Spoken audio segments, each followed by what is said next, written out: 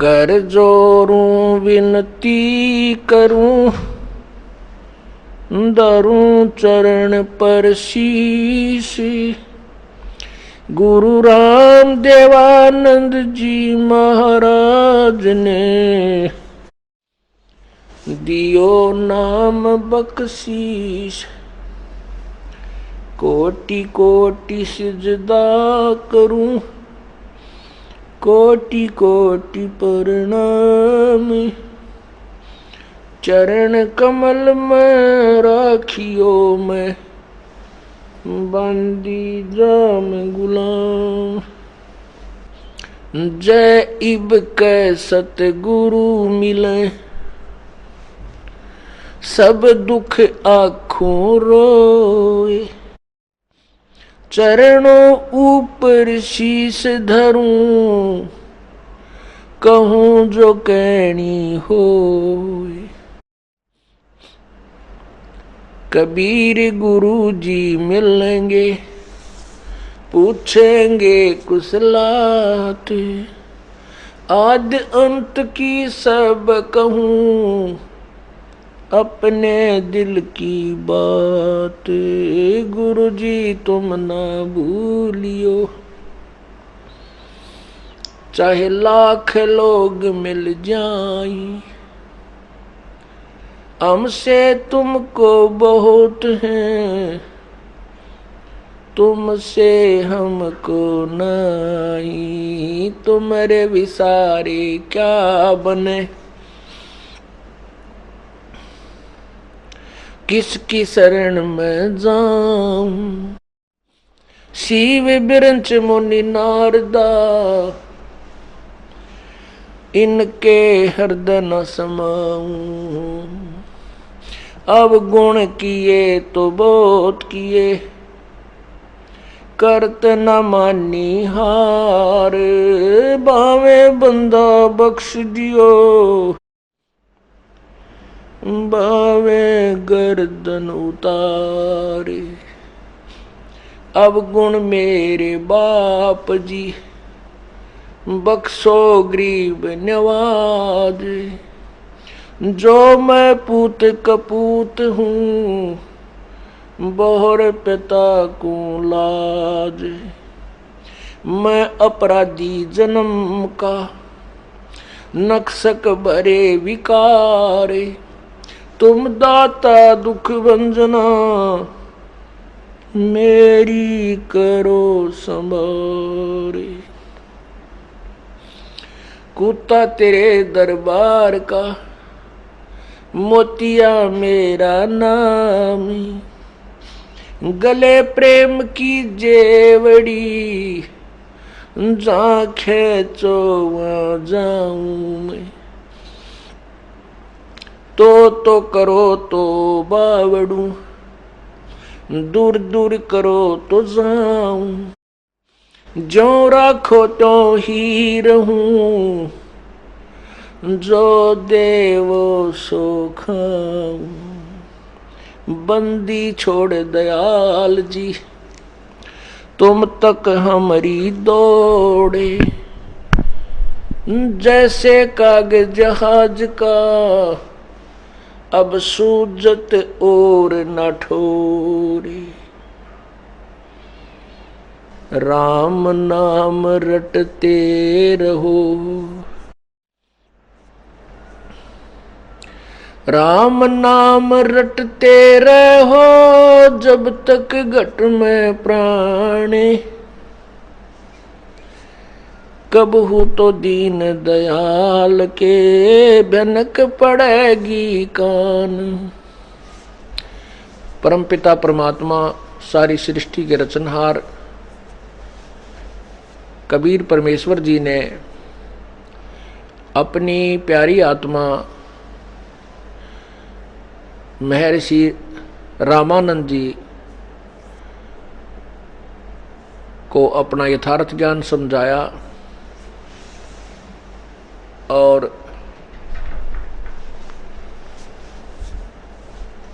अपने सतलोक के दर्शन करवाए।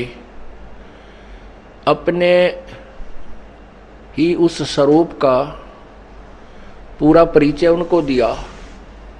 उसके बाद वही रामानंद जी जो पहले श्री विष्णु जी के पुजारी थे, भगवान शिव जी की आराधना करते थे, अन्य पूजाएं भी करते थे और भगवान शिव जी से अतिरिक्त भगवान विष्णु से अतिरिक्त वो किसी को सुप्रीम पावर नहीं मानते थे, वही फिर कहते हैं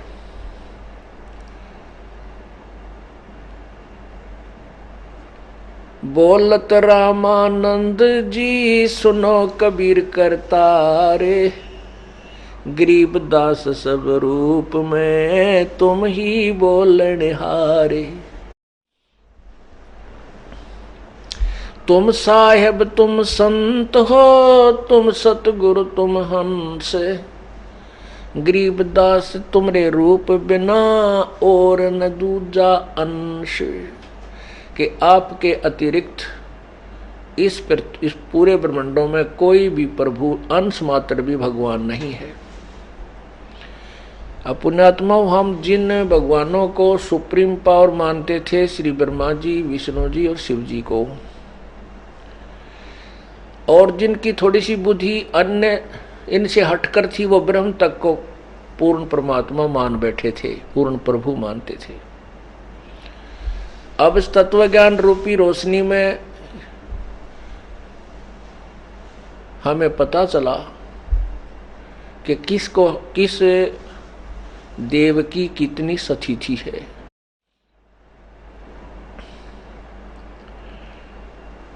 अब क्या हुआ कि तारा मंडल बैठ कर ये चांद बड़ाई खावे,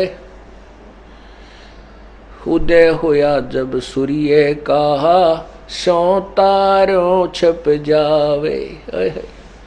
अभी तक जिन ज्ञानों को हम उत्तम मान रहे थे जैसे, और जिन भगवानों को हम समृद्ध शक्ति मान रहे थे जैसे, अभी तक ब्रह्म भगवान को ही, इस काल को ही सभी ऋषि महर्षि अंतिम प्रभु मानते थे, और अन्य देवता इसी काल के ऊपर आधारित थे। और ये सभी देवताओं में ऐसे चमक रहा था लोक वेद के आधार पर, जैसे रात्रि में तारों के बीच में चंद्रमा शोभा पा रहा होता है। और जब सूर्य उदय होता है,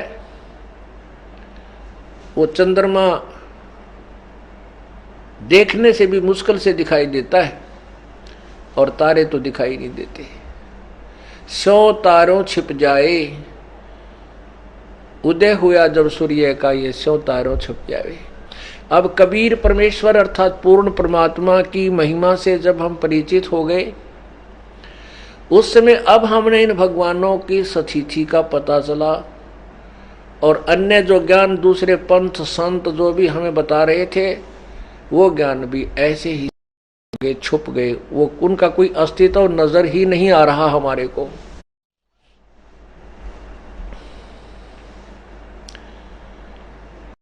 रामानंद जी प्रश्नोत्तरी फिर भी करते हैं, क्योंकि ये पुराना रंग अज्ञान का जो चढ़ा हुआ युगों युगों से जो हमारा रंग है, ये जल्दी सी दूर नहीं होता। फिर भी कोई ना कोई पापड़ी रह जाती है इसके ऊपर, कहीं ना कहीं कोई लेयर शेष रह जाती है। रामानंद जी ने प्रश्न किया कि हे परमात्मा कबीर भगवान, अब आपके मैंने साक्षात दर्शन हो चुके हैं, आपकी सतिथि से मैं परिचित हो चुका हूं, परंतु फिर भी मेरा ये अज्ञान जो है अब भी अंदर से मुझे कचोट रहा है। आपकी आज्ञा हो तो मैं कुछ प्रश्नोत्तर और करना चाहता हूं।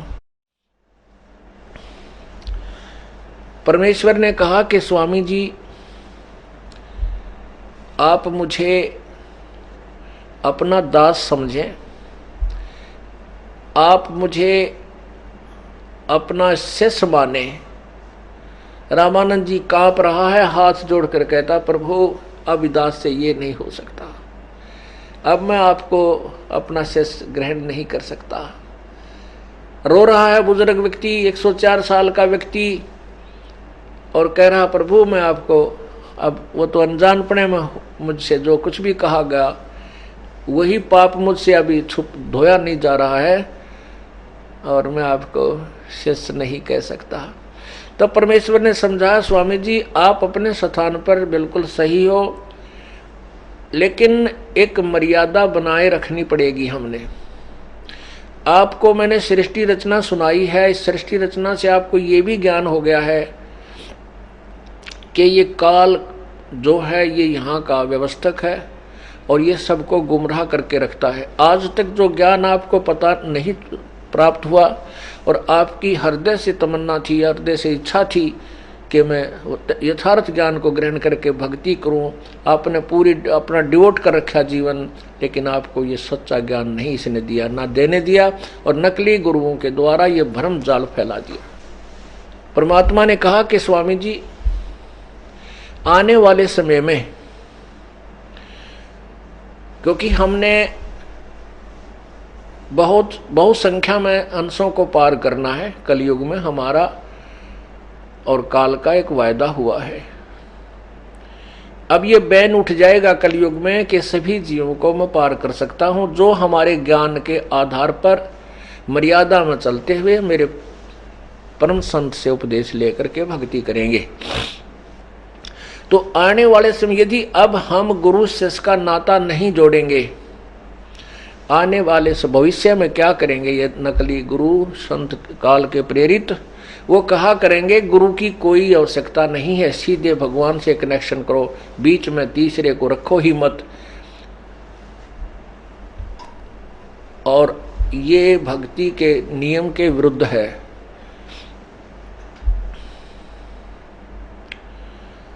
परमात्मा ने कहा गुरु बिन माला फेरते, गुरु बिन देते दान, गुरु बिन दोनों निष्फल हैं, चाहे पूछो वेद पुराण। गुरु बिन वेद पढ़े जो प्राणी, समझे न सार रहे अज्ञानी। गुरु बिन काहू न पाया ज्ञाना, जो थो था बुछड़े किसाना। गुरु बिन यज्ञ हवन ना कर ही, निष्फल जावे कबू ना फल ही। कि गुरु जी के बिना कोई भी धार्मिक अनुष्ठान आप नहीं कर सकते, उसका कोई लाभ नहीं होगा। और ये काल के दूत आगे आके भ्रमित कर दिया करेंगे कि कबीर साहब ने कौन सा गुरु बनाया था, उनका वो भी तो निगुरे थे। अभी वर्तमान में आपको सुनाता हूं कि एक राम सुखदास जी थे, उनकी स्टेटमेंट आती थी, वो कहते हैं कि भगवान के साथ वो श्री कृष्ण जी के पुजारी थे। वो कहते थे कि केवल सीधे भगवान से कनेक्शन जोड़ो, गुरु की कोई आवश्यकता नहीं है। ये तो शुरुआत हो चुकी थी, लेकिन परमात्मा ने रामानंद जी से कहा कि आप मेरे गुरु बने रहो इस मर्यादा को बनाए रखने के लिए, लेकिन भक्ति करो ऐसे जैसे दास बतावा आपको। इसलिए लिखा है गरीबदास साहिब ने कबीर परमेश्वर की महिमा के रामानंद से लक्ष गुरु, रामानंद से लाख गुरु, ये तारे शिष्य के भाव। और चेलों की गिनती नहीं जो पद में रहे समय। कि रामानंद जैसे लाख गुरु वो शिष्य बना लक्ष्य गुरु का अर्थ होता उद्देशित, जिसने विष्णु जी के पास जाने का उद्देश्य बना रखा था। अटल नियम अपना अटल ये फाइनल फैसला कर चुके थे, अटल निर्णय था उनका कि मैंने विष्णु जी के लोक जाना है। उसका लक्ष्य चेंज कराया, उसका उद्देश्य चेंज किया, मालिक ने बदल दिया। कैसे बदला? चेला बन गए, पहले शागिर्द बना, उनका शिष्य बना। रामानंद से लक्ष्य गुरु और तारे शिष्य के भाई, और चेल्या की गिनती नहीं जो पद में रहे समाये। यानी जो परमात्मा के द्वारा बताए गए ज्ञान में उन्हीं के पद्धति यानी वे ऑफ वर्शिप, पूजा की विधि के अनुसार जो लगे रहेंगे, शिष्यों की तो गिनती नहीं, वो कितने पार कर देंगे। इस बात को रामानंद जी ने एक परमात्मा का आदेश मान करके स्वीकार किया कि मैं मैं अपने मुख से आपको सच नहीं कहूँगा, लेकिन जनता की दृष्टि में आप भले ही मुझे गुरु मानते रहो, मेरी दृष्टि में आप मेरे भगवान बने रहोगे। अब रामानंद जी प्रश्न करते हैं कि हे कबीर जी, जैसे श्री कृष्ण जी ने गोवर्धन पर्वत को उठा लिया था बगैर शक्ति के, परमात्मा, हमने इसी आधार पर इसको भगवान मान लिया था। तो कबीर परमेश्वर ने कहा कि गोवर्धन श्री कृष्ण धारो द्रोणो गिरी हनुमंत, शेष नाग सब सृष्टि उठारा फिर इनमें कौन भगवंत। परमात्मा ने कहा यदि आप जी की बुद्धि केवल इतना ही काम कर रही थी कि श्री कृष्ण जी ने एक गोवर्धन पर्वत उठा लिया गिरिराज को, तो हनुमान जी द्रोणागिरी पर्वत को उठाकर लाए आप ही की कथाओं में, और आप ही के दंत कथाओं में, आप ही के लोक वेद से आप कह रहे हो कि शेष नाग ने सारी सृष्टि यानी एक ब्रह्मांड को उठा रखा है। तो भगवान कौन हुआ? शेष नाग हुआ श्री कृष्ण जी। श्री कृष्ण जी तो इस पृथ्वी पर खड़ा था, जो शेष नाग ने उठा रखी, और उस पर से एक पत्थर उठा लिया, उसकी तुलना में एक पहाड़, तो भगवान को और किसको मानोगे? अब रामानंद जी ऐसे निर्णायक उत्तर सुनकर के गदगद हो जाता है, आंखों में पानी भर लेता है, उस बालक के मुंह की तरफ देख रहा है, बुजुर्ग व्यक्ति जैसे अपने पोते ने प्यार में देखा करे, और वो तो सामने भगवान बैठे। तो उसमें फिर परमात्मा कहते हैं, फिर वो प्रश्न करता भगवान, रामानंद जी ने प्रश्न किया कि भगवान श्री रामचंद्र यानी विष्णु जी ने समुद्र के ऊपर पत्थर तरा दिए थे, हम तो इस कारण से उनके ऊपर इतने आसक्त थे कि वो तो भगवान न पड़े हैं। परमात्मा कहते हैं तुमने ये ना पता वो पत्थर तराए किसने थे, वो पत्थर कैसे तैरे थे। श्री रामचंद्र जी तो 3 दिन तक समुद्र में घुटनों पानी में खड़े होकर के याचना कर रहे थे, लेकिन क्या याचना कर रहे थे कि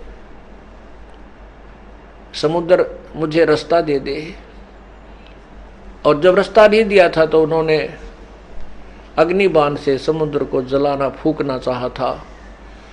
तब समुद्र ने विपर रूप बना करके बाहर आकर के कहा था कि हे भगवान, यदि आप मुझे जला डालोगे तो भी आप वहाँ नहीं पहुँच सकोगे श्रीलंका में, क्योंकि ये सब जल सूख जाएगा और ये एक गड्ढा बन जाएगा बहुत गहरा, और पृथ्वी का सारी स्थिति समाप्त हो जाएगी। ना जाने इसमें कितना संसार प्राणी बसे हुए हैं, ये सब मर जाएंगे, नष्ट हो जाएंगे। आप ऐसा कीजिए सर्प भी मर जाए और लाठी भी ना टूटे। तब समुद्र ने बताया था कि आप ही के सेना में नल और नील नाम के 2 कारीगर भी हैं, वो इंजीनियर हैं, राज हैं, और उनके हाथ में एक उनके गुरुजी के द्वारा दी हुई एक शक्ति है कि उनके हाथ से पत्थर तैर जाते हैं। अब नल नील को बुलाया गया। नल नील ने गफलत कर दी। नल नील ने सोचा कि आज तुम्हारी बहुत महिमा बन जाएगी, क्योंकि उस दिन अंगद भी फेल हो रहा था, हनुमान जी भी फेल, रामचंद्र भी फेल हो रहा। समुद्र के ऊपर पत्थर नहीं तरा रहे थे जब नल और नील बुलाए गए। नल नील के हाथ से लोहे की वस्तु भी नहीं डूबती थी जल के ऊपर। उसको आशीर्वाद परमात्मा कबीर जी कहते हैं, मैंने उनको वो शक्ति दे रखी थी। त्रेता युग में मैं मुनिंदर नाम से प्रकट हुआ था, जैसे वर्तमान में कबीर नाम से प्रकट हूं। उस समय इस नल और नील को मैंने ये शक्ति दी थी। ये बहुत अच्छे सेवक थे और ये बहुत श्रद्धालु थे, लेकिन इनके हाथ, ये जो वस्त्र आदि धोने, कपड़े धोने नदी पर जाते थे, नहर पर, तो वहाँ दरिया में ये बहुत सी वस्तुएं गुम हो जाती थी। तो मैंने इनको आशीर्वाद दे दिया था, बेटा तुम्हारे हाथ से कोई भी वस्तु जल में नहीं डूबेगी। तो उस आधार से, मेरे उस आशीर्वाद से उनके अंदर ये शक्ति प्रवेश थी। ये मेरे शिष्य थे। और जिस समय रामचंद्र जी ने इनको सेना में से बाहर बुलाया कि नल और नील बाहर आए, उनसे पूछा क्या तुम्हारे हाथ में ऐसी कोई शक्ति है कि तुम्हारे हाथ से पत्थर भी तैर जाएंगे? नल नील ने कहा जी हम अभी तैरा देंगे, अभी रख देंगे। अब अभिमानवश, क्योंकि वो परमात्मा अंतर्यामी है, अंदर की भावना से परिचित है, वो नल और नील ने उस दिन भगवान अपने गुरुदेव याद नहीं किए। इतने महान कार्य को करने जा रहे हैं, सारा संसार देखे और उस चर्चा का विषय बनने वाला था, तो वो इस अभिमान में वो डगमग हो गए कि आज ऐसे सबके सामने तुम्हारी बड़ी महिमा होगी, वाह वाह हो जाएगी। इस मान बढ़ाई की भूख ने उनका कति काम बिगाड़ दिया। उन्होंने पत्थर उठाया और बड़े चाव से, जैसे पहले फेंक देते थे ऐसे फेंक दिया। फेंकते ही वो पानी में डूब गया। दूसरा डाला, दूसरे ने डाला, वो भी डूब गया। अब एक दूसरे के मुंह की तरफ ताक रहे कि आज ये केवनी भाई, आज ये क्या हुआ, हमारे हाथ से पत्थर नहीं तैर रहे। तब समुद्र ने कहा कि नल नील तुमने बड़ी गलती की है, तुम अपने परमात्मा, अपने गुरुदेव को याद करो। तुमने अपने गुरुदेव को आज याद नहीं किया। तब नल नील ने अपनी गलती महसूस की कि आज तो बहुत भारी गलती बन गई। तब परमात्मा कबीर मुनिंदर कहते हैं कि मुझे उन्होंने हृदय से याद किया। और परमात्मा कबीर जी बता रहे हैं कि मेरे साथ यहाँ के भगवान 21 ब्रह्मांड के मालिक ब्रह्म का ने मेरे से भीख मांगी थी कि मेरा बेटा मेरा अवतार बनकर जाएगा और ऐसे ऐसे घटना उसके साथ घटेगी। समुद्र पे पुल उस कृष्ण विष्णु से नहीं बनेगा, रामचंद्र से नहीं बनेगा। आप दया करिए मेरे बेटे की मदद करना और समुद्र पे पुल बनवाना प्रभु। मैंने उसको तथास्तु कह रखा था, इसलिए मैंने वहां जाना जरूरी था। अपने उस प्रॉमिस के अनुसार मैं वहां गया। मुझे देख करके नल नील ने कहा ये आगे मेरे गुरुजी, ये आगे मेरे गुरुजी, ये आगे हमारे गुरुजी, चरणों में गिरे। तो रामचंद्र जी ने भी प्रणाम किया। सभी मेरी तरफ देखने लगे। अब रामचंद्र जी को पता था कि जिनके शिष्य में ऐसी शक्ति थी तो गुरु जी में तो बहुत कुछ हो सकता है। रामचंद्र जी ने कहा हे गुरुदेव, हे ऋषि जी, हमारे ऊपर एक बहुत बड़ी आपत्ति आई है।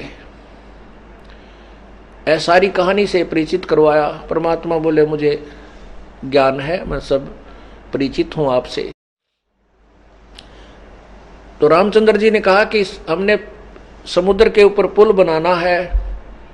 मेरे दुर्भाग्यवश आज आपके शिष्यों में यह शक्ति नहीं रही जो इनके हाथों में पहले थी। समुद्र पर जो है ना पत्थर तैर जाते थे, आज इनके हाथ से पत्थर भी नहीं तैरे। ये मेरा ही दुर्भाग्य है प्रभु ऋषि जी। परमेश्वर ने कहा कि अब इनके हाथों से पत्थर कभी तैरेंगे भी नहीं, क्योंकि इन्होंने वो विष खा लिया जिसको हम बार बार मना किया करते थे। कहते हैं राज तजना सहज है, सहज त्रिया का ने, मान बड़ाई ईर्षा ये दुर्लभ तजना। ये राज भी त्याग सकते हो, अपनी स्त्री को भी त्याग सकते हो, लेकिन मान बड़ाई को जीव नहीं छोड़ सकता। और जब तक ये नहीं हमारे से दूर होगा ये गंध, तब तक हम प्रभु के निकट जाने योग्य नहीं होंगे। इन्होंने वो मान बड़ाई का विष खा लिया। आज इनके हाथ में वो पावर नहीं रही। तब अब यहां परमात्मा क्या बताते हैं, जैसे माता गर्भ को रख यत्न बनाए, ठेस लगे तो छन होवे तेरी ऐसे भक्ति जावे। जैसे किसी बहन को परमात्मा दया करते हैं, गर्भ रह जाता है, गर्भ में लाल होता है, बच्चा बेटा या बेटी होती है, तो उस गर्भ से वो कितनी चिंतित होती है कि हे परमात्मा कहीं ऊंचे नीचे में पैर ना रखा जा, मेरा गर्भ खराब हो जा, कोई ऐसी गर्म चीज ना खाई जा जिससे मेरा बालक गिर जावे। यानी रात्रि के समय सोते समय भी वो एकदम फड़क के उठती है कहीं मेरे बालक पर दाब ना आ गई हो। कहते जैसे माता गर्भ को राखे यत्न बनाए और ठेस लगे तो छन हो जा तेरी ऐसे भक्ति जाए।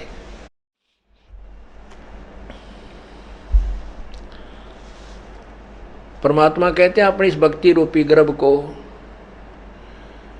ऐसे यत्न से संभाल के रखना जैसे माता गर्भ को रखती है, कहीं ठेस लग जाए यानी कोई मर्यादा भंग हो जाए और तुम्हारी भक्ति नष्ट ना हो जाए। इतने चिंतित रहोगे तो तुम इस भक्ति रूपी लाल को सफल कर पाओगे।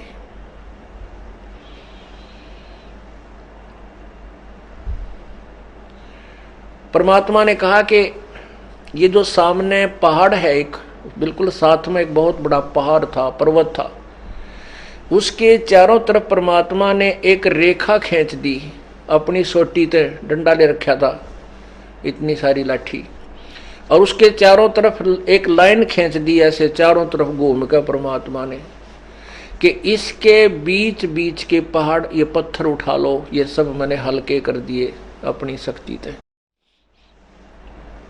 वो पर्वत के वो पत्थर उठाए गए, उनको छोल छाल के ये नल नील फिर कारीगर भी थे, इन्होंने अपने उस कारीगरी से उनको छोल छाल के सेट करके उनमें जचाते एक दूसरे में फंसा के और रखने शुरू किए। वो पत्थर तैर गए और समुद्र पर पुल बना था। रे नल नील यतन कर हार तब सतगुरु से करी पुकार। रे नल नील यतन कर हार तब सतगुरु से करी पुकार। जा रेखा लिखी अपार सिंधु पर सिला तैराने वाले। जा सत रेखा लिखी अपार सिंधु पर सिला तैराने वाले। धन धन सतगुरु सत कबीर भगत की पीड़ मिटाने वाले। धन धन सतगुरु सत कबीर भक्त की पीड़ मिटाने वाले।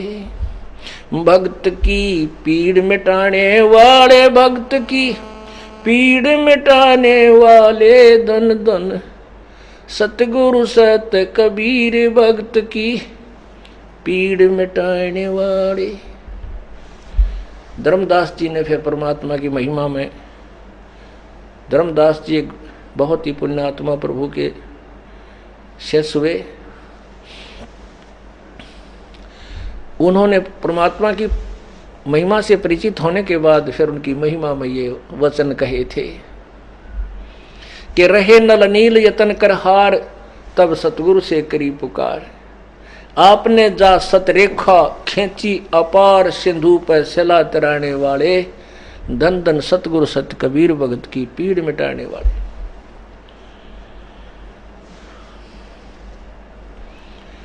अब रामानंद जी, अब ये तो रामानंद जी के मन में नहीं आ सकता यो भगवान को नहीं, और ऐसा नहीं किया होगा क्योंकि सारे भ्रम मिटा दिए। और तभी ये मन काल, ये मन जो है ये काल का एजेंट है, उसी ने अपना एक छोड़ रखा है योग जीव को अपने जाल में फंसाए रखने के लिए। और ये मन परमात्मा से ही हिचके है, कबीर परमात्मा के सामने ही दूर होता है और उसकी वाणी से ये मुरझा जाता है क्योंकि उसकी वाणी में शक्ति भी है और यथार्थता भी है। काल यथार्थता से दूर भागता है, उसके सामने ये बिल्कुल निष्क्रिय हो जाता है।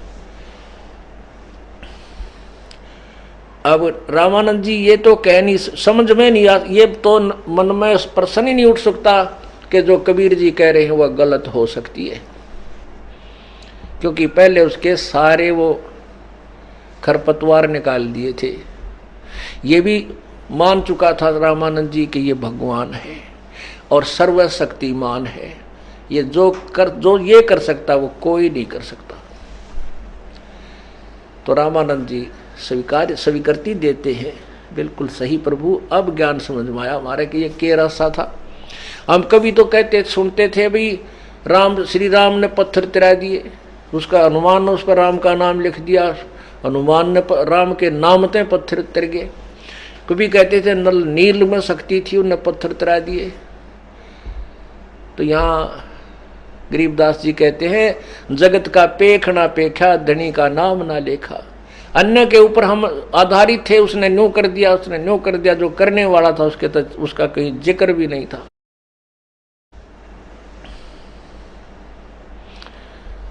तब परमात्मा उनको कहने लगे कि यदि आपकी बुद्धि काल ने बंद कर रखी है सभी प्राणियों की जो मेरी शरण में नहीं आते तब तक, जैसे कि आपने इसी बात से श्री रामचंद्र जी को सुप्रीम पावर मान लिया कि उसने समुद्र पर पुल बना दिया। चल आपकी बात को हम बड़ी मानते हैं कि यही मान लेते हैं।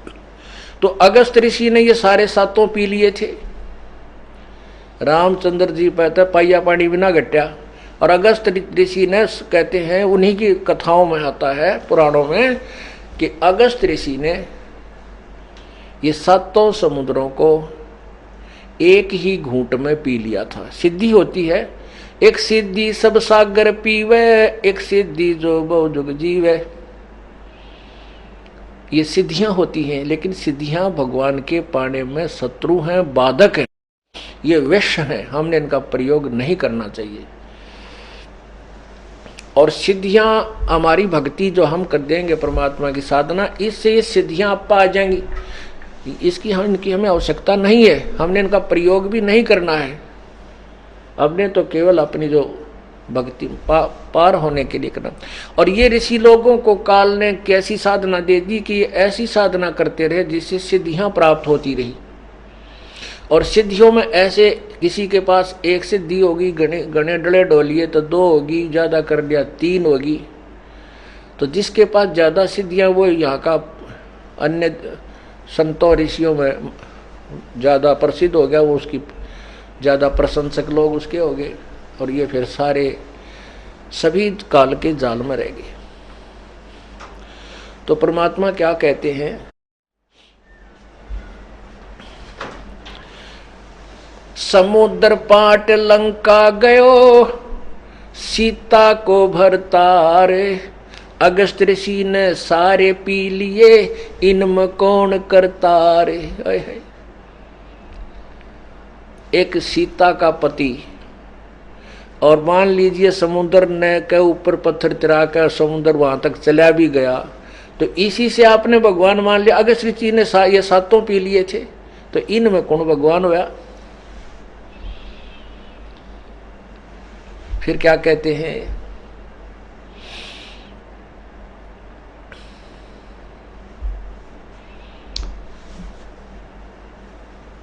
काटे बंधन विपत में, वहां कठिन कियो संग्राम, चिन्हो रे नर प्राणिया, वो गरुड़ बड़ो अकथरो राम। एक कथा आती है, जब लंका के अंदर युद्ध चल रहा था रावण के साथ, तो कहते हैं सभी के ऊपर एक ब्रह्म शस्त्र नाग फांस रूपी एक शस्त्र छोड़ दिए, और उस नाग रूपी शस्त्रों ने सबको बांध दिया, ऐसे नीचे को हाथ, और ऐसे लपेटे लग गए जैसे सर्प। इतने सर्प प्रकट हो गए कि सभी ने, सारी सेना इंक्लूडिंग रामचंद्र और लक्ष्मण, सबको बांध दिया, ऐसे जैसे ईंख की पूड़ी खड़ी हो, ईंख बांध रखा हो ना, कभी देखा हो आपने, ऐसे बांध दिए, हाथ चारों तरफ से जकड़ दिए, वो टस से मस नहीं हो रहे, सारे स्तब्ध। स्तंभ की तरह वो सटील हो गए, खड़े हो गए। तब कहते हैं गरुड़ को याद किया गया, गरुड़ पक्षी को, और गरुड़ पक्षी ने आकर श्री रामचंद्र जी के बंधन काटे।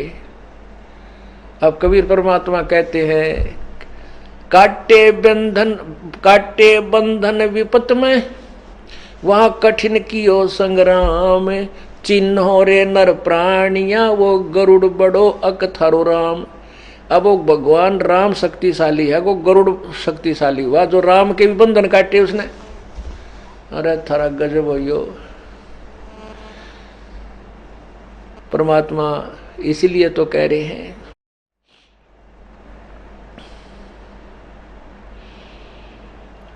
दिक्कत के तो नैन चश्मिए फेरा मोतिया बंदरे। तुम विद्वान तक कहलाओ थे स्वामी जी, पर तुम्हारा मोती सफेद मोतिया था। अन्य को आप बड़े स्वच्छ आंखों वाले लगते थे, यानी विद्वान लगते थे, लेकिन आपको भी अज्ञान रूपी मोतिया बंद था। अब रामानंद जी बड़े खुश भी हो रहे हैं कि सच सच कह रहे हो प्रभु, या तो हमारे बुद्धि में कभी आइए को ना। रामचंद्र जी जब बंधे पड़े थे वो कति असहाय थे, उसमें गरुड़ ने आकर वो सारे बंधन काटे, वो नाग खाए। जब भगवान निर्बंध हुए तो वही ये समर्थ शक्ति तो कोई ना थे। अब रामानंद जी के तो सारी बात फेटो है, पहले तो सारी बार आवा थी, क्योंकि वो खारा जल भर रखा था उस मटके में। परमात्मा ने पहले वो खारा जल काटा, उसका सब भ्रम मिटा करके फिर अपना ज्ञान लगे भरने। अब सारा समा रहा है।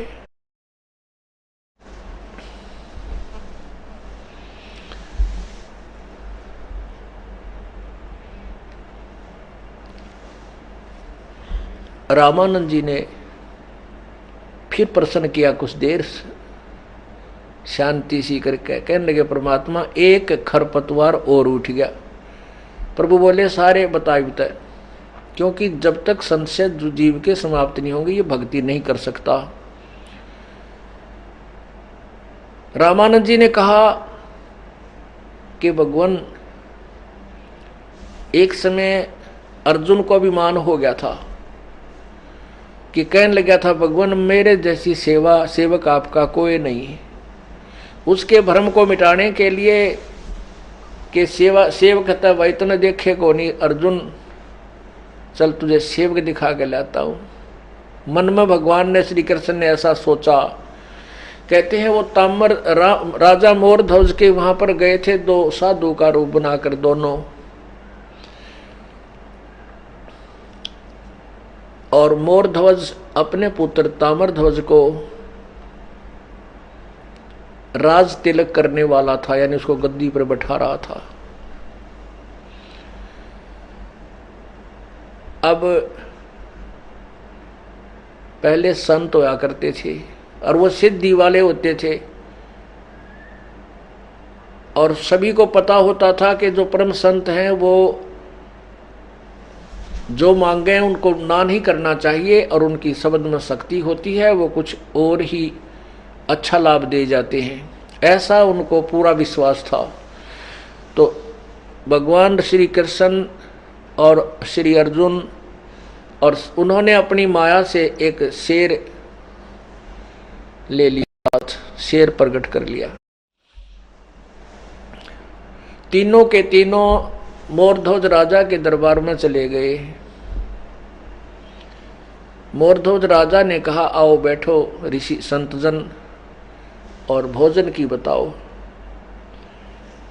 श्री अर्जुन और कृष्ण जी ने कहा भोजन हम खाएंगे, लेकिन पहले हमारे शेर को खिलाइए, ये मांस खाएगा। राजा ने कहा जो आज्ञा आपकी। श्री कृष्ण जी बोले साधु रूप में कि और सुन राजन, ये शेर मनुष्य का मांस खाता है, ये जो है ना किसी अन्य प्राणी का मांस नहीं खाता। राजा ने कहा जैसी आपकी आज्ञा, इनको मनुष्य का मांस ही खिलाएंगे। फिर कहने लगा सुन बात और सुन, ये किसी कदे कोई पल्लेदार न पकड़ लिया हो, ये उसका मांस नहीं खाएगा, ये तुम्हारे अपने ही परिवार के सदस्य का, तुम तीनों में से एक का मांस खाएगा। राजा कहने लगा जो आपकी आज्ञा, हम तीनों में से ही आपके शेर का आहार देंगे। अब वो तीनों जने वहीं खड़े हैं। कौन? मोरध्वज, उसकी पत्नी और पुत्र ताम्रध्वज। मोरध्वज कहता है पिताजी, राजा कहता है कि बच्चों अपनी पत्नी को कि आप और पुत्र, जिसको मैंने राज तिलक दे दिया है, ये राजा बन गया, तुम अपने बेटे की मदद करती रहना, इनको तुम राज्य करो और मैं शेर का आहार बनूंगा। मोरध्वज कहता है। रानी कहती है कि मैं पति भरता पत्नी हूं और पति भरता पत्नी का पति उससे पूर्व पहले नहीं मर सकता, और मेरा काम पूरा हो चुका है, आपको एक संतान उत्पन्न हो चुकी है, दोनों पिता पुत्र तुम राज करो और मैं शेर का आहार बनूंगी।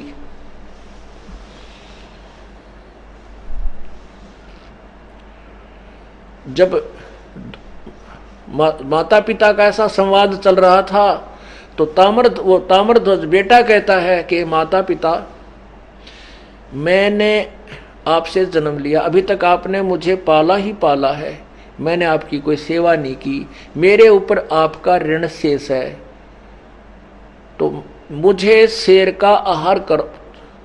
मैं अपने शरीर को शरीर की तृप्ति, शेर की तृप्ति करूँगा, आप दोनों अपना राज्य करो। तो ऐसे उन तीनों की ये वार्ता, यानी उसने श्री कृष्ण ने साधु रूप में ये कहा था कि एक बात और सुन लो, जो आज शेर के लिए अपना शरीर सौंप देगा, अपना जीवन न्यौछावर कर देगा, वो सीधा स्वर्ग जाएगा। अब पुण्यात्माओं, वो विद्वान पुरुष होते थे, भगवान से डरने वाले, और सबको ये इच्छा थी कि भाई स्वर्ग मिल जाए, इससे बड़ी क्या बात है। देखो, भक्त का जो उद्देश्य होता है परमात्मा प्राप्ति, अब उसने जिस भी इष्ट की साधना कर रखी है और वो मिलने जा रहा है, तो कहते वो भगत वही है, चाहे सिर भी मांगे तो भी तुरंत दे दे, क्योंकि उसी के लिए तो प्रयत्न हो रहा सारा कुछ। और सिर साटे जब भगवान मिले तो भी सस्ता जाने। तो इस बातों से वो परिचित होकर के उन्होंने स्वर्ग तक का ही बेरा था, ज्ञान था, तो उसी की चाह थी। और आज संत कह रहा है कि जो आज शरीर देगा उसको स्वर्ग मिलेगा। तो अब कहते हैं वैराग नाम है त्याग का इन 5-2500 माह। अब ये वैराग्य है कि इसके अंदर लोभ भी हो, लालच हो तो ऐसा हो, बेईमान ना हो तो ऐसा हो। तीनों के अंदर ये उमंग थी कि आज मेरा दाव लग जा, ये फिर देख लेंगे, आज मेरा दाव लग जा, मैं स्वर्ग चला जाऊं, ये शरीर मेरा जो है ना काम आ जाओ आज संत के। और ये कह रहे हैं कि तुम्हें स्वर्ग मिलेगा, क्योंकि संत के वचन अटल माने जाते थे। अब तीनों ने लालच आ गया, रानी अपनी अटकड़ लावत, मेरा सूत बैठ जा, स्वर्ग जाने का शरीर तो खत्म होना ही आज, ना तो कल होएगा। अब लड़का अपना लालच सोच रहा है कि माता पिता मार गए, दाव तो रह गया, तो उसने अपनी तरफ से दाव लगाया कि मेरा दाव लग जाए, मेरा शरीर शेर के काम आ जाए, मैं स्वर्ग चला जाऊं। तो कहते हैं लोभ करे तो ऐसा करे, बेईमान ना करे तो ऐसा करे, भगवान की तरफ समर्पण का। तब श्री कृष्ण जी कहने लगे, भाई तुमने कुछ ये क्या नाटक बना रखा है, ये शेर भूखा मर जाएगा, इतने तुम्हारा फैसला होगा। तो तीनों ने कहा कि आप हमारा निर्णय कर दो, आप जिसका आज्ञा दोगे उसी का मांस जो है हम आपको समर्पण कर देंगे। श्री कृष्ण ने कहा कि भाई तुम अपने पुत्र का मांस और हमारे शेर के निमित्त कर दो, और पुत्र को तुम दोनों अपने हाथ से काटो, स्नान करके इसके सिर पे आरा चलाओ। और एक ध्यान रखना, इसका जो लेफ्ट का जो यानी बायां जो अंग है, इसको जैसे बीचों बीच काटा जाएगा तो लेफ्ट साइड जो होगा बायां अंग, उसको बाहर फेंक देना। इसको शेर नहीं खाएगा, केवल राइट को खाएगा।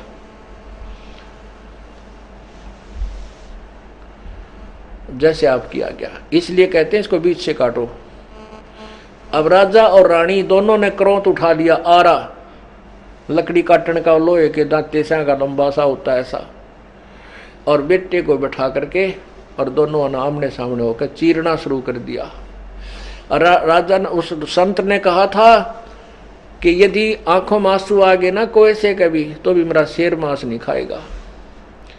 अब जब उस लड़के को चीर रहे थे तो तामर यानी लड़के की आंखें में आंसू आ गए। आंसू आते ही और वो इतने मुहारा चल ही रहा था और ताम्रध्वज के प्राण पखेरु उड़ गए। उधर से वो दो श्री कृष्ण साधु रूप में खड़े होकर चल पड़े, कहने लगे भाई हम नहीं तुम्हारे यहाँ, तुम तो नकली आदमी हो रहा है, तेरा बेटा रोने लग गया, इसकी आंखें में पानी आ गया, हम नहीं तेरा, अब वो छोरा मर गया, लड़का मर चुका है। और संत अतिथि रूप में आए संत रुष्ट हो गए। पहले ये आज भी वही ऐसा है, लेकिन अब संत कोई रहा को ना, बहुत कम है। परमात्मा आप ही स्वयं खुद आते हैं, चाहे वो यहाँ के लोग वाले हैं, थोड़ी बहुत वो कर जाते हैं टिकावा सा, और वैसे पूर्ण परमात्मा आते तब तो लीला अलग ही होती है।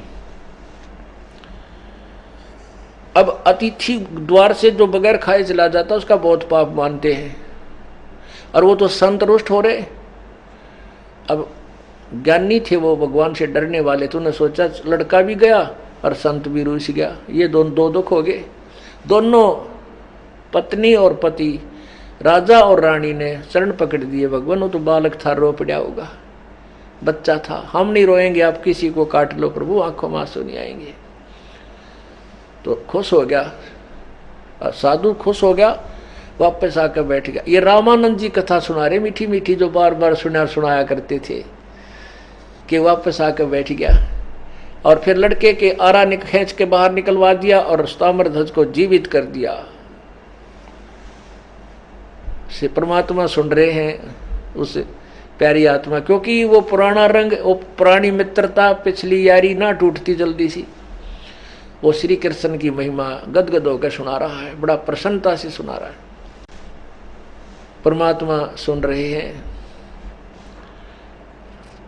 जब वो लड़का जीवित हो गया तब उसे पिताजी बोला, बेटा आपकी आंखों में आंसू क्यों आ गए थे?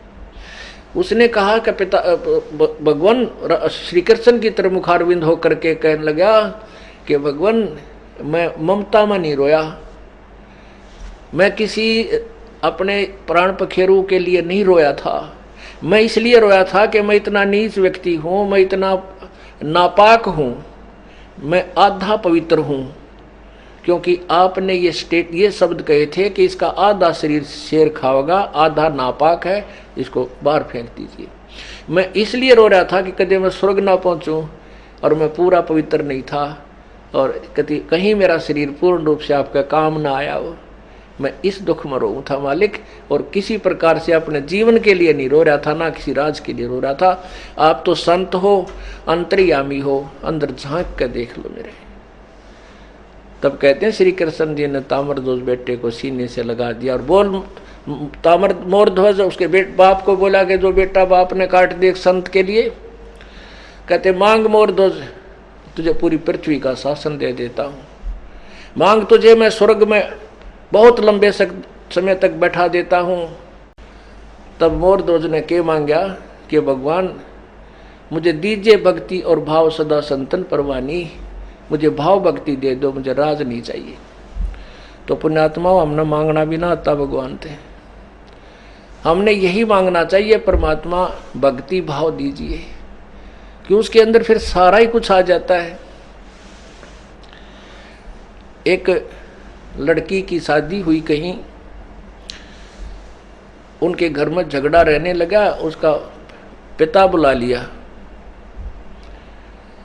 पिताजी ने पूछा भी क्या झगड़ा है तुम्हारा, क्या बात है, मेरी बेटी में क्या दोष है? उसकी सास बताने लगी या दही खा जा, घी खा जावे हैं और नू कर ले फलानी कर ले। तो उसका पिता बोला बेटी दूध पी लिया अगर छक्के तू, उसमें घी भी दूध वो घी भी आ गया और मलाई भी आ गई दही भी आ गई, एक के में सारे काम हो गए। तो ऐसे ही भक्ति मांगने से हमें सब कुछ मिल जाता है। यहाँ के जो संसारिक सुख है इस भक्ति में ही है सारा कुछ। परमात्मा कहते हैं एक का साध्य सब सदय सब साध्य सब जा, यानी इसको कहीं पर भी हम लगा लें, जैसे भी एक भक्ति के मांगने से हमें सब कुछ मिल जाता है। जैसे किसान गेहूं बोता है, किसान गेहूं बीजता है, उसका उद्देश्य ये होता है कि प्रथम उद्देश्य ये होता है कि भाई हमने बच्चों को परिवार को खाने के लिए अन्न मिले। और गेहूं के साथ वो भूस वो तूड़ा चारा तो अपने आप ऑटोमेटिक होता है, वो तो पहले बनेगा, उसकी ना इच्छा तो भी चारा तो मिले ही मिलेगा, उसमें बनेगा। तो ऐसे ही हम भक्ति करेंगे तो ये तो सुख आपको प्रथम मिलेंगे, ये बाई प्रोडक्ट है भक्ति का। तो इसलिए हमने परमात्मा से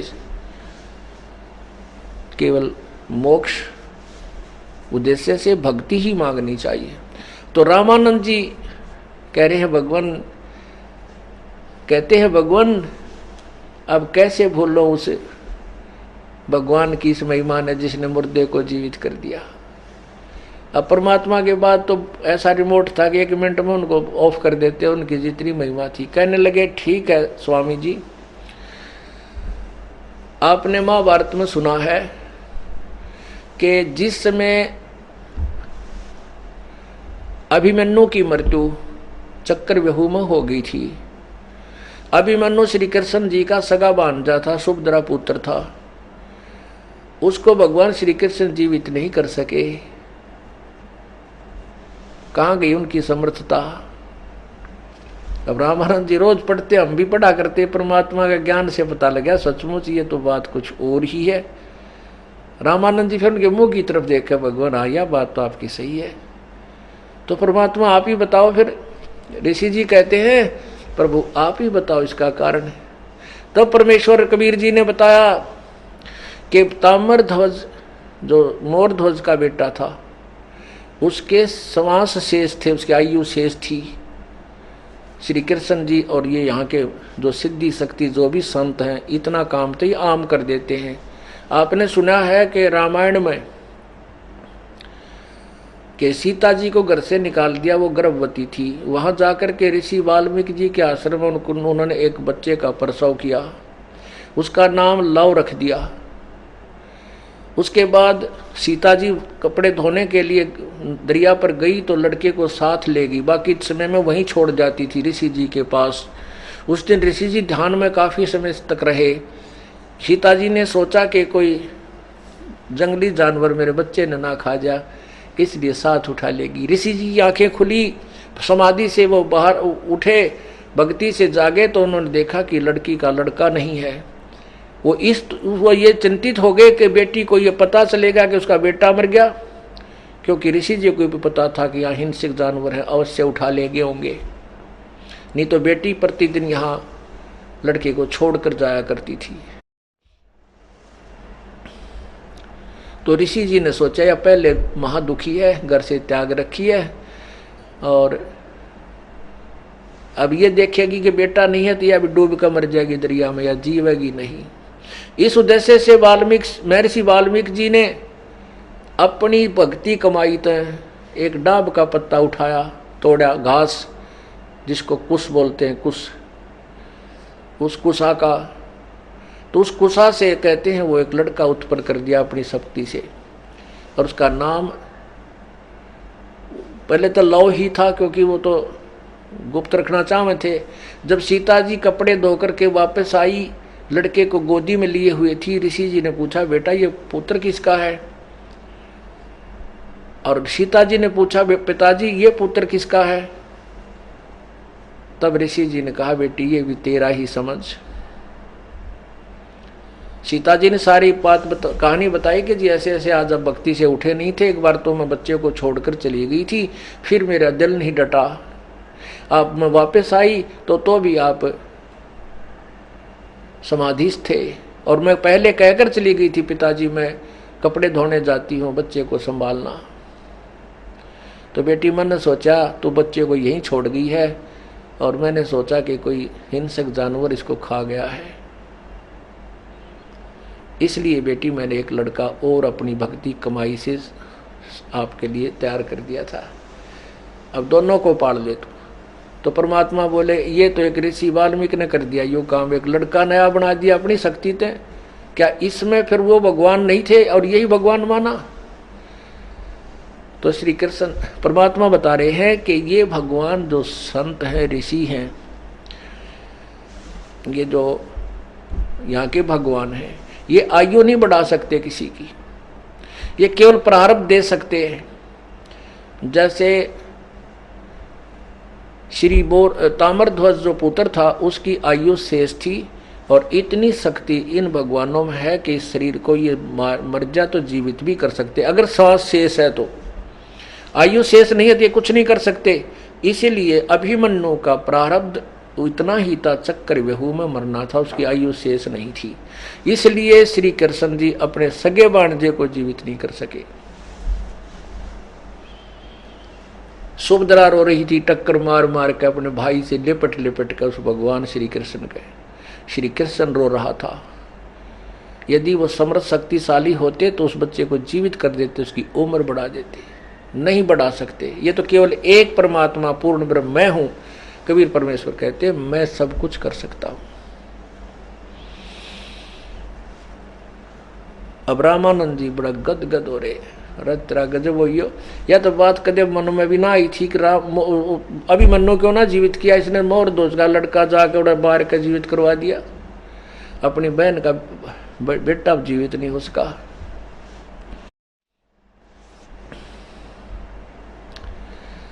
पुण्यात्माओं,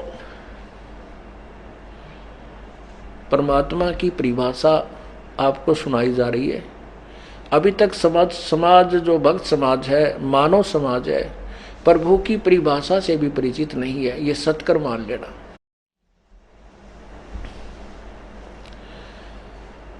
अब देखो, किसी वस्तु के गुण लिखे हैं और वस्तु रखी है, और उसके साथ में दूसरी वस्तु रखी है, उसके भी गुण लिखे हैं, तो दोनों के गुणों को पढ़कर ही उसमें डिफरेंशिएट किया जा सकता है, कौन बहुमूल्य है, कौन कम मूल्य वाली है, न्यून मूल्य की है। अब जैसा इन भगवानों में शक्ति थी वो तो हमने घने दिनों से सुनते आ रहे हैं, युगों युगों से ये सुनते आ रहे थे। श्री कृष्ण जी ने ये कर दिया, सुदामा का महल बना दिया, श्री कृष्ण जी ने मोरध्वज के बेटे ताम्रध्वज को आरे से चीर दिया था, उसको जीवित कर दिया। ये तो एक हिंदू समाज, पवित्र हिंदू समाज के अंदर जनसाधारण जुबान पर था और किसी को नकारा नहीं था। जो भी चर्चा करता था तो उसको सेकंड कर देते थे, हाँ बिल्कुल सही है, सभी खुश होते थे, हाँ भगवान ने पढ़े थे श्री कृष्ण जी जैसे तो को भगवान ने कोई ना, विष्णु जी के अवतार थे, ये सतगुण भगवान है। तो किसी भी हिंदू समाज में नो डाउट था, कोई भी किसी को शंका थी है कोई नहीं, ये भगवान पूर्ण कोई ना। इनकी यही महिमाएं सुनाकर जो हम हजारों लाखों वर्षों से यही रिपीटेशन, यही आवृत्ति होती आ रही थी, तो अब हम आपको उस समर्थ शक्ति परम पिता परमात्मा की महिमा सुनाते हैं।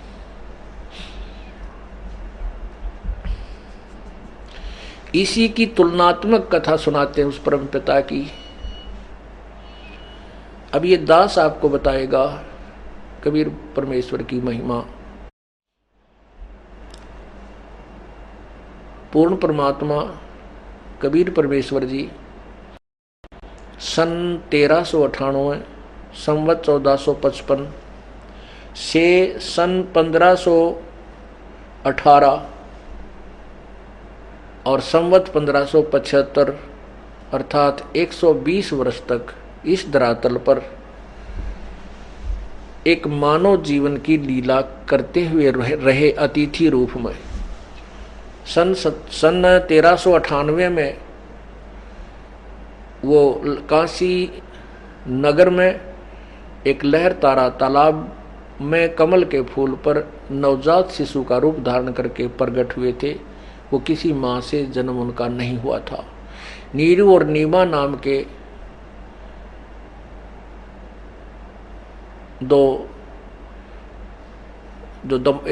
नीरू और नीमा नाम के दंपति निसंतान थे। वो परमात्मा को तालाब उस कमल से उठाकर घर ले गए थे। वहां परमात्मा 120 वर्ष तक अपना लीला में शरीर करके एक मनुष्य, एक भक्त, एक तत्वदर्शी संत, एक प्रसिद्ध कवि की भूमिका निभाकर अपने तत्व ज्ञान का प्रचार करके अपनी समर्थता को प्रकट करके सह शरीर सतलोक चले गए थे। मगहर से, मगहर उत्तर प्रदेश में एक मगहर रियासत था पहले, अब वहाँ वो के कस्बा सा है। ये दास वहाँ देख कर आया है सैकड़ों भक्तों के साथ जा करके। वो सह शरीर वहाँ से गए थे। वहाँ के व्यक्ति, मगहर टाउन के, मगहर कस्बे के व्यक्ति भी इस बात के गवाह हैं और परमात्मा की कथा भी इस बात की साक्षी है। तो उस समय जब परमात्मा 120 वर्ष तक एक संत की भूमिका निभा रहे थे, एक तत्वदर्शी संत, जगत गुरु की भूमिका निभा रहे थे, उस समय उनके बहुत से शिष्य हो गए थे।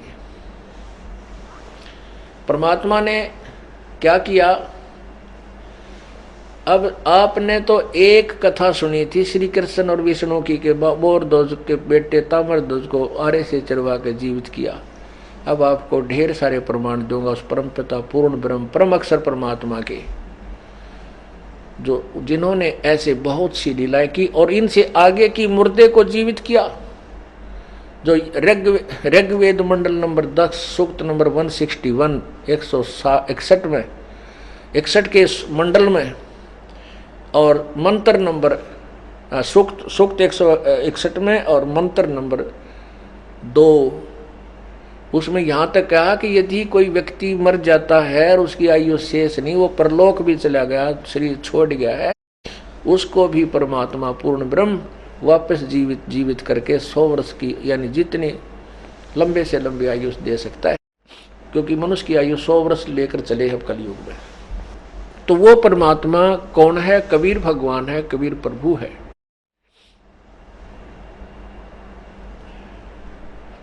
कबीर प्रभु क्या कहा करते थे? हिंदू और मुसलमानों को समझा करते थे, तुम काल के द्वारा डिवाइडेड हो, तुम एक पिता की संतान हो। काल देखो, विचार करो, चलो मुसलमान भाई तो नहीं मानते पुरानी हिस्ट्री को, हिंदू तो मानते हो। सतयुग में कोई धर्म नहीं था, त्रेता में कोई और धर्म नहीं था, और द्वापर में कोई भी दूसरा धर्म नहीं था। अब कलयुग में ये कितने धर्म बना दिए, काल ने बना दिए, क्योंकि अब ये मोक्ष पर जो लगा हुआ बैन था, यो बैन उठना था और काल का और परमात्मा का संवाद हुआ था। काल ने इसी उद्देश्य से हमको इतना भ्रमित और अज्ञान में भर दिया और डिवाइड कर दिया, अलग अलग ग्रुप बनवा दिए। ये हिंदू हैं, ये सिख हैं, ये मुसलमान हैं, ये ईसाई हैं, और सिखों में लट्ठम लट्ठा, हिंदू मार काट, मुसलमानों को मार रहे, ईसाइयों की ब्रांड मैटी।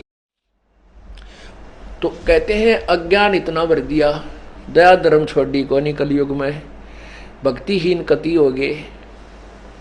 तो परमात्मा कहा करते थे, हिंदुओं के गुरुदेव अपने ही सदग्रंथों से परिचित नहीं है, ये तुम्हें यथार्थ ज्ञान से अलग लोक वेद सुना करके तुम्हें गुमराह कर रहे हैं, तुम्हारे से जो ये पूजाएं करवा रहे हैं ये सही नहीं है, ये शास्त्र विरुद्ध है। और गीता जी अध्याय नंबर 16 के श्लोक नंबर 23 में लिखा है कि शास्त्र विधि को त्याग कर जो मनमाना आचरण, मनमानी पूजा करते हैं, उनकी ना तो कोई गति हो, ना कोई सुख हो, न ही उनका कोई कार्य या उनको कोई सिद्धि प्राप्त हो, कुछ भी ना हो, व्यर्थ, यूजलेस।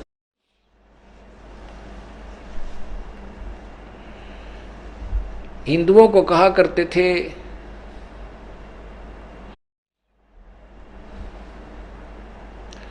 कि तुम जो ये गुमराह कर रहे हो भोली भाली आत्माओं को, इन मुसलमान ये उन ब्राह्मणों को, गुरुओं को, ऋषियों को, महर्षियों को परमात्मा अपनी अमृतवाणी में लताड़ा करते थे।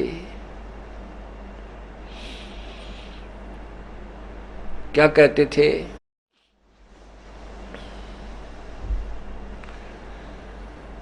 अरे भोली सी दुनिया गुरु बिन कैसे सरिया, रे भोली सी दुनिया सतगुरु बिन कैसे सरिया। अपने लला के बाल उतरवावे, कह देख कैंची ना लग जइया। अपने लला के बाल उतरवावे, कह कैंची ना लग जइया। एक बकरी का बच्चा लेके उसका गला कटैया, रे भोली सी दुनिया सतगुरु बिन कैसे सरिया। हिंदू समाज में एक बलि जड़ान की बीमारी इन नकली संतों ने ला दी। कुछ तक दिमाग तक काम लेना चाहिए हमने। यहाँ हिंदू हरियाणा में एक गुड़गांव वाली माता है, पहले इस पर बकरे चढ़ा करते, अब तो थोड़ा फर्क इतना कर दिया, समझदार समाज होने लग गया कि बकरे को कटवाते को ना। उस बकरे को वैसे 50-100 बकरे रखते हैं और उनको 100 रुपये देकर बकरे वालों से ले आते हैं। वो पुजारी तो ही पकड़ा दे, वो पुजारी वापस फिर बेच दे उसको, वो नहीं था ही। वो जैसे हम जा करते सालासर पूजन हनुमान जी की पूजा करने, वह नारियल चढ़ता है और एक लंगोट सा लाल सा कपड़ा, ध्वज बोल उसने, ध्वज, तो वो सूखे नारियल जिसने गधे भी ना खावे, कति सूखे खड़ंग कुछ भी यूजलेस, वो वहाँ 500-400 वहाँ रखे रहते थे रेडियों पे, और हम उन्हें खरीदते मंदिर में चढ़ा देते। मंदिर वाला तो वो खरीद लेते फिर रेडियों वाले हैं, और वो 500-1000 जो नारियल थे वह उड़ा कई वर्षों तक चक्कर काटे, जहाँ वो किससे काम के को ना। उन हनुमान जी कौन से सूखे नारियल खाया करता, वो तो अच्छे पहलवान भगत थे और खूब बढ़िया उस समय जन्म था, बढ़िया मेवा खाते थे वो। ये थारे नारियल पे भरोसे बैठे हैं क्या वो? तो अब पता लगा हमने, पहले हम भी यही पुजारी थे। तो क्या करते हैं, क्या बहका दिया इन नकली संतों ने, ऋषियों ने, गुरुओं ने हमारे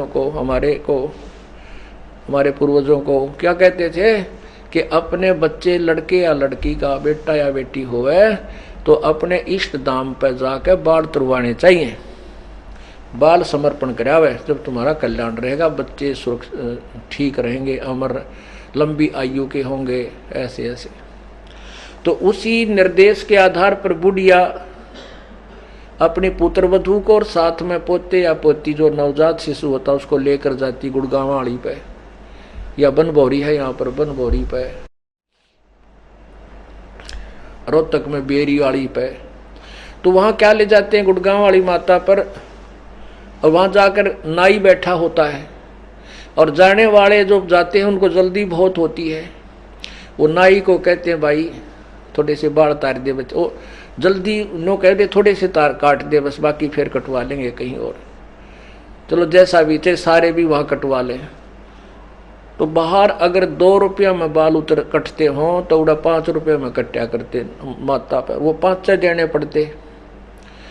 तो बाल उतरवा के लड़के के जब बाल उतरवाने लगती तो कैंची लेकर नाई बच्चे की तरफ चलता, तो न्यों के आकर बुढ़िया, रे भाई ए नाई के धीरे धीरे कैंची ध्यान से चलाइए भाई, मेरे बेटा पोता या पोती के दे काचा शरीर है कि तो कैंची ना लाग जाए इसके, ध्यान तो भाई 100 बार कहेगी। परमात्मा कहते हैं अपना बच्चा इतना प्यारा, तना कैंची लागण का भी डर। अरे एक बकरी का बच्चा लेकर उसका गला कटा दिया, अरे नालायक तू फिर अपने बच्चे की परिवार की इससे खैर भी मानती है। पाप करने से कभी सुख होता है? पाप का प्रतिफल तो भाई दुख होया करे। और फिर वो बाल उठा कर बुढ़िया अंदर पुजारी उस मंदिर में डाल देती है। पुजारी उसने उठा के और एक कट्टे में भर ले, सारा ने जो आते रहते, और रात्रि में उस बालों के भरे हुए बोरी ने और बाहर कुर्डिया में फेंक देता, सुबह उठा के खाली कर देता। अब बाल कौन से बैंक में जमा कराने के वो तो बाहर ही फेंकने पड़ेंगे उन्हें भी। तो परमात्मा कहते हैं कि तुम अपने बाल यहीं काट कूट कर फेंक दिया करो, कितना जान हो सकता नहीं। तो ऐसे गुमराह कर रखे थे। फिर क्या बताते हैं, काचा पाका भोजन बना के माता धोकने गईया, उस माता ऊपर कुत्ता मुते वो क्यों ना मर गईया रे भोली सी दुनिया, गुरु बिन कैसे सरिया रे भोली सी दुनिया, सतगुरु बिन कैसे सरिया। हमने देखी हमारी दादी माता धोकन ले जाया करती, हमने वो नो जल्दी जल्दी बनाते, कच्चा पाका किसा बन जाता, उन्हें पता कुत्ता न खाना ना माता खावा कोई, और वहाँ तो है ही नहीं कुछ भी। तो कोई सी बनाने में देरी कर जाती ना, उसने 6 माह कर दी, तेने 2 घंटे ला दिए, बना देने जिसा है जल्दी गाल दे। वो कच्चा पाका लेकर और वहाँ घेर देती। वो ऐसी एक 5-4 ईंट लगा के एक बना रखी होती है कुटिया सी, चबूतरा सा बना करके। तो उसने वहां जाकर वो पूड़े गुलगुले जो भी बना के ले जाते थे वो डाल देते, दलिया। अब कुत्ते चारों तरफ खड़े रहते थे, एक आधा तो वहां खड़े खड़े ऊपर चढ़ जाता चबूतरे पे, उसको फिर उतारते धमकाते। अब वो बुढ़िया तो माता की पूजा करके नीचे भी ना उतरती, इतने कुत्ते चारों तरफ चढ़ जाते और उस माता के दलिये ने पूड़िया ने वो कुत्ते खाया करते, और चलते समय उससे वह मूत के जानते। तो परमात्मा कहते हैं, अगर तेरी माता व जिसने तू खैर मांगने गई परिवार की, अगर वो ऐसी शक्तिशाली है, उसके ऊपर कुत्ते मुतर उसका भोजन खा गए, उसने उसकी टांग क्यों ना तोड़ दी, वो कुत्ता क्यों ना मर गया, क्यों नहीं मार दिया उसने। अरे नालायक अनजानो, तुम के पूजा कर रहे हो, कदे सोची तुमने? ये तुम्हारे गुरुओं ने भ्रमित कर रखा, हिंदुओं के ये परिचित नहीं है पवित्र गीता जी और वेदों के ज्ञान से। परमात्मा चौराहे पर खड़े होकर आवाज लगाया करते थे, गुरुआ गाम बिगाड़े संतो गुरुआ गाम बिगाड़े, ऐसे कर्म जीव का ला दिए ईव झड़े ना झाड़े। फिर क्या बताते हैं कि जीवत बाप गेल लट्ठम लट्ठा मुए गंग पुचैया, जब आवे आसोज का महीना फिर कौआ बाप बनैया रे भोड़ी सी दुनिया, गुरु बिन कैसे सरिया रे भोड़ी सी दुनिया, गुरु बिन कैसे सरिया। अब क्या बताते हैं भगवान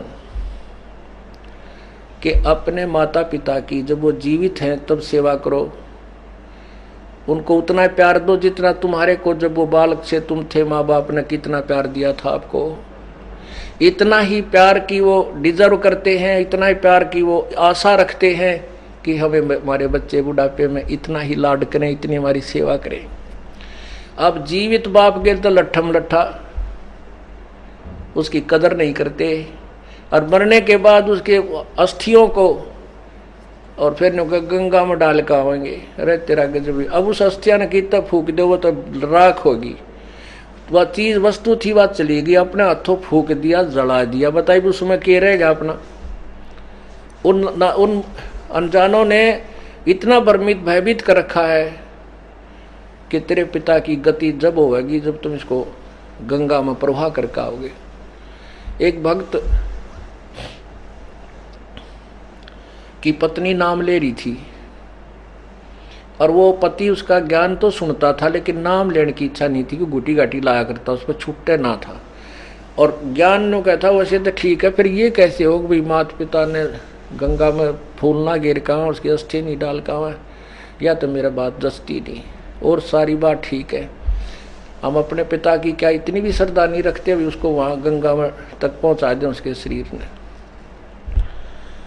अब वह भी समझाती थी पर वो नहीं मान रहा था, तो फिर उसने बाद में उपदेश लिया, फिर कथा सुनाई।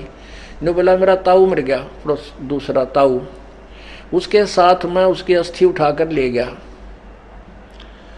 तो वहाँ पर उन्होंने, वहाँ जो गंगा घाट पर, वहाँ जो रहते हैं गंगा घाट पर, उन्होंने डिवाइड कर रखा है अपने क्षेत्र को, इसके पुरोहित हम, इसके पुरोहित। तो हम दूसरे के पास खड़े थे, इतने वो आ गया हमारे वाला उस क्षेत्र का, कहना आ जाओ तुम इधर आ जाओ, तुम कहाँ से आए हो, इधर आ जाओ, मेरे पास है तुम्हारा सारा रिकॉर्ड।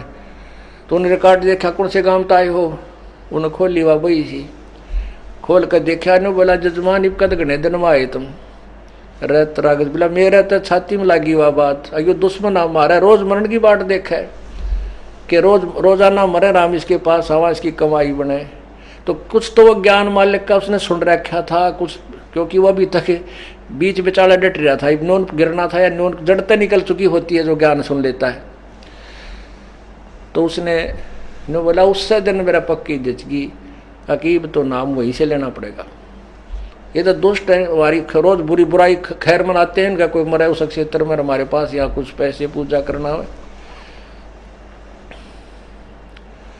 अब देखो पिता की गति कहाँ से शुरू करी हमने, गंगा में अस्थि डाल का हो गति करवाने के लिए। फिर कहें अब इसकी 13वां करो 17वीं करो गति कराने के लिए। फिर कहते हैं इसका महीना करो गति कराने के लिए। फिर कहते हैं अभी इसके पिंड भरवाओ गति कराने के लिए। अच्छा गति होगी। अब कहें श्राद्ध निकालो, किस लिए, गति कराने के लिए। अरे नालक को तुम तो दुर्गति करा दी, क्योंकि शास्त्र विधि को त्याग कर जो मनमानी पूजा करते उसे गति नहीं हो सकती, वो दुर्गति होती है। क्या बताते हैं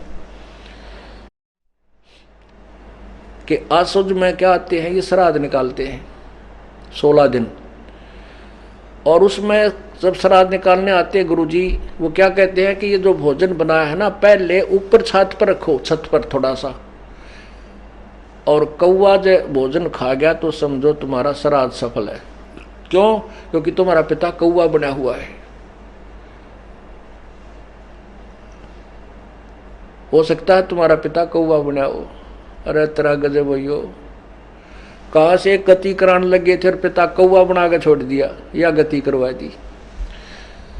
कहते जीवत बाप के लट्ठम लट्ठा और मुँहे गंग पोचैया, जब आवे आसुज का महीना वो कौवा बाप बनाया रे बड़ी सी दुनिया, सतगुरु बिन कैसे सरिया। अब क्या बताते हैं, नर से तीतू पशुआ की जय गद्दा बैल बनाई, ये 56 भोग कहाँ मन बोरे कहीं कुरडी चरने जाई। प्रेत शिला पे जाए विराजे फिर पितरों पिंड भराई, बहुर श्राद्ध खान को आए वो काग हुए कल माही। जय सतगुरु की संगत करते सकल कर्म कट जाई, अमरपुरी पर आसन होते जहां धूप ना छाई।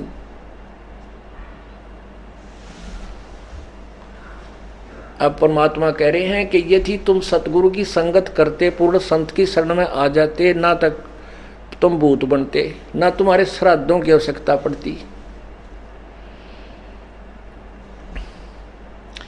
और ना तुम्हारा बाप कौआ बनता। जय सतगुरु की संगत करते ये सकल कर्म कट जाई, सभी पाप कर्म तुम्हारे नष्ट हो जाते और इसी किसी क्रिया की आपको आवश्यकता नहीं पड़ती। अमरपुरी में आसन होते, तुम्हारे सतलोक में स्थान होता जहाँ कोई कष्ट नहीं है। इसी प्रकार पर इसी प्रवचनों से, परमात्मा के इस यथार्थता से और इस कड़वी सत्य से, इस कुनीन से वो हिंदुओं के गुरु नाराज हो गए और कहने लगे ये कबीर तो अशिक्षित है, ये जुलाहा है, छोटी जाति का है, ये हमारे ब्राह्मणों की निंदा करता रहता है, गुरुओं की निंदा करता है, ये क्या जाने सदग्रंथों के विषय में, इसको मार दो, ऐसे है, इसकी बात मत सुनना। इसी प्रकार परमात्मा उन मुसलमानों को समझाया करते थे कि तुम्हारे को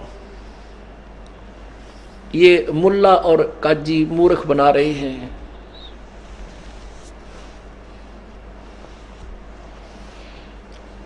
क्या बताते थे, उन काजियों को लताड़ा करते थे प्रभु कि तुम इन गुमराह करे किए हुए हो इन पुण्यात्माओं को, मुसलमानों को, ये बोली आत्माओं को। कहते हैं किसी भी कुरान पुराण में परमात्मा का आदेश नहीं है कि मांस खाओ। नबी मोहम्मद नमस्कार है राम रसूल कहाया, 1,80,000 को सौगंध जिन नहीं कर चलाया। ओए है अर्श कुरस पर अल्लाह तकत है, खालिक बिन नहीं खाली, वो पैगंबर पाक पुरुष थे साहिब के अब्दाली है। कहते हैं अनुमान श्री मोहम्मद जी के, हजरत मोहम्मद जी के 1,80,000 मुसलमान बने थे। मुसलमान का अर्थ होता है जो जीव हिंसा भी नहीं करे, जूम तक नहीं मारे, डेरे मार देते हैं, ये भी नहीं मारे, अर्थात जीव हिंसा बिल्कुल नहीं करा। ये नियम में लिखा उनके में, ब्याज तक नहीं ले। तो क्या वो महापुरुष से बकरे काट के ईद मनाने की शिक्षा दे सकते हैं? नेवर, कभी नहीं। या तो बाद में जीव के चठोरे, ये नकली जो गुरु होते हैं ना, ये जनता को भ्रमित कर देते हैं। जैसे पवित्र हिंदू समाज में और मुसलमान धर्म में एक विशेष यही रोड़ा रहा करता कि मुसलमान मांस खाते हैं, हिंदू मांस नहीं खाते। ये मांस खाने वाले को हिंदू बहुत हे समझते थे, और आज हिंदू समाज मेरे ख्याल मुसलमानों ने भी माफ़ कर रहा है मांस खाने में। घर घर पिगरी फार्म हो गए, पोल्ट्री फार्म बना लिए हैं और मांस खावें। अब ऐसे ही सिख धर्म में कोई मांस नहीं छूता था। किसी भी सदग्रंथ गुरु ग्रंथ साहिब में कहीं भी ये मांस खाना लिखना तो दूर रहा, उसके लिए बहुत ज़्यादा निंदनीय बताया है उसको। और सिख समाज जितना मांस मेरे ख्याल में मुसलमान भी ना खाते होंगे, और शराब पीवे। अब मुसलमान धर्म शराब की आन करता है और मांस डट के खावे, हुक्का पीवे, तम्बाकू पाड़े। ऐसे ही हिंदू समाज मांस की आड़ करता था, आंट करता था, शराब पीवे और पहले हुक्का पाड़े। अब वह मांस की भी आड़ कोई ना रही, कोई आंट नहीं। सिख समाज तम्बाकू की तय आंट करे और मांस और दारू छक के पीवे, वो तेरा गजब हुई। तो ये क्यों बिजली गिर गई? उन 10 गुरुओं में से किसी ने मांस ना तक खाया और ना संदेश दिया। बाद में जीव के चठोरे नकली व्यक्तियों ने भ्रमणा फैला दी कि गुरु गोविंद सिंह जी ने बकरे काटे थे 5। अरे गुरु गोविंद सिंह ने वो 5 बकरे काट के जीवित कर दिए थे। तुम जीवित करके दिखा दो, तुम्हें फिर खाने का अधिकार कहाँ है? तो इस प्रकार हम उस अपने जीव के स्वाद में और संत उन महापुरुषों की आड़ ले लेते हैं जो कि हमारी अधूरी ज्ञान युक्त होती है। तो आने वाले समय में यदि कोई ये भी कहने लग जाएगा कि गुरुओं का आदेश है मांस खाने का, ऐसी भ्रमणा करने वाली पत्रिकाएं छप जाएंगी। तो पुण्यात्माओं, आने वाले अगर ये अब ये ब्रेक ना लग गया ना, इस तत्व ज्ञान का प्रचार से ब्रेक लग जाएगा, हर एक धर्म में लगेगा बुराई का ब्रेक। नहीं तो आने वाले 100, 200, 400, 1000 वर्ष के बाद ये कहने लग जाएंगे गुरु गोविंद नानक जी भी मांस खाया करते थे, उन्हीं के अनुयायी, क्योंकि अपनी जाड़ के स्वाद के लिए। लेकिन ऐसा कहीं नहीं था। वो महापुरुष तो बड़े देव पुरुष थे। तो ऐसे ही हजरत मोहम्मद जी और उनके 1,80,000 अनुयायी बने थे, वो मांस को छुआ भी नहीं करते थे। परमात्मा कहते हैं मुसलमान जो मांस छू है नहीं, मांस भखे सो गोला। तो इस प्रकार परमात्मा उन्हें समझा करते थे कि नबी मोहम्मद नमस्कार है, वो तो आदरणीय महापुरुष हुए हैं, और वो राम रसूल कहाए, और 1,80,000 को सौगंध जिन नहीं करत जलाए, वह पैगंबर पाक पुरुष थे साहिब के अब्दाली। वो तो परमात्मा के विशेष कृपा पात्र थे वो महापुरुष, और तुम उनकी आड़ लेकर, उनका नाम लेकर के कैसा जुल्म कर रहे हो। अब उसके ऊपर इन काजी और मुल्लाओं को परमात्मा लताड़ा करते थे। कैसे?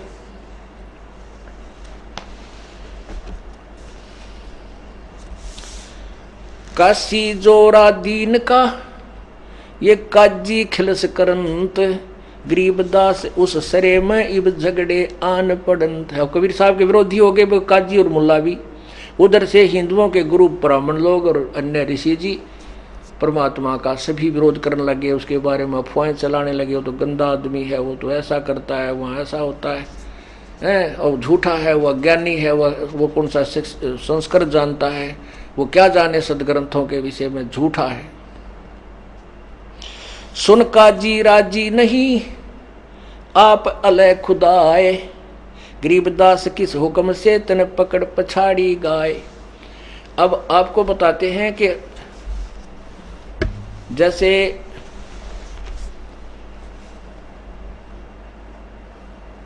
ईसाई धर्म और मुसलमान धर्म के अनुयायी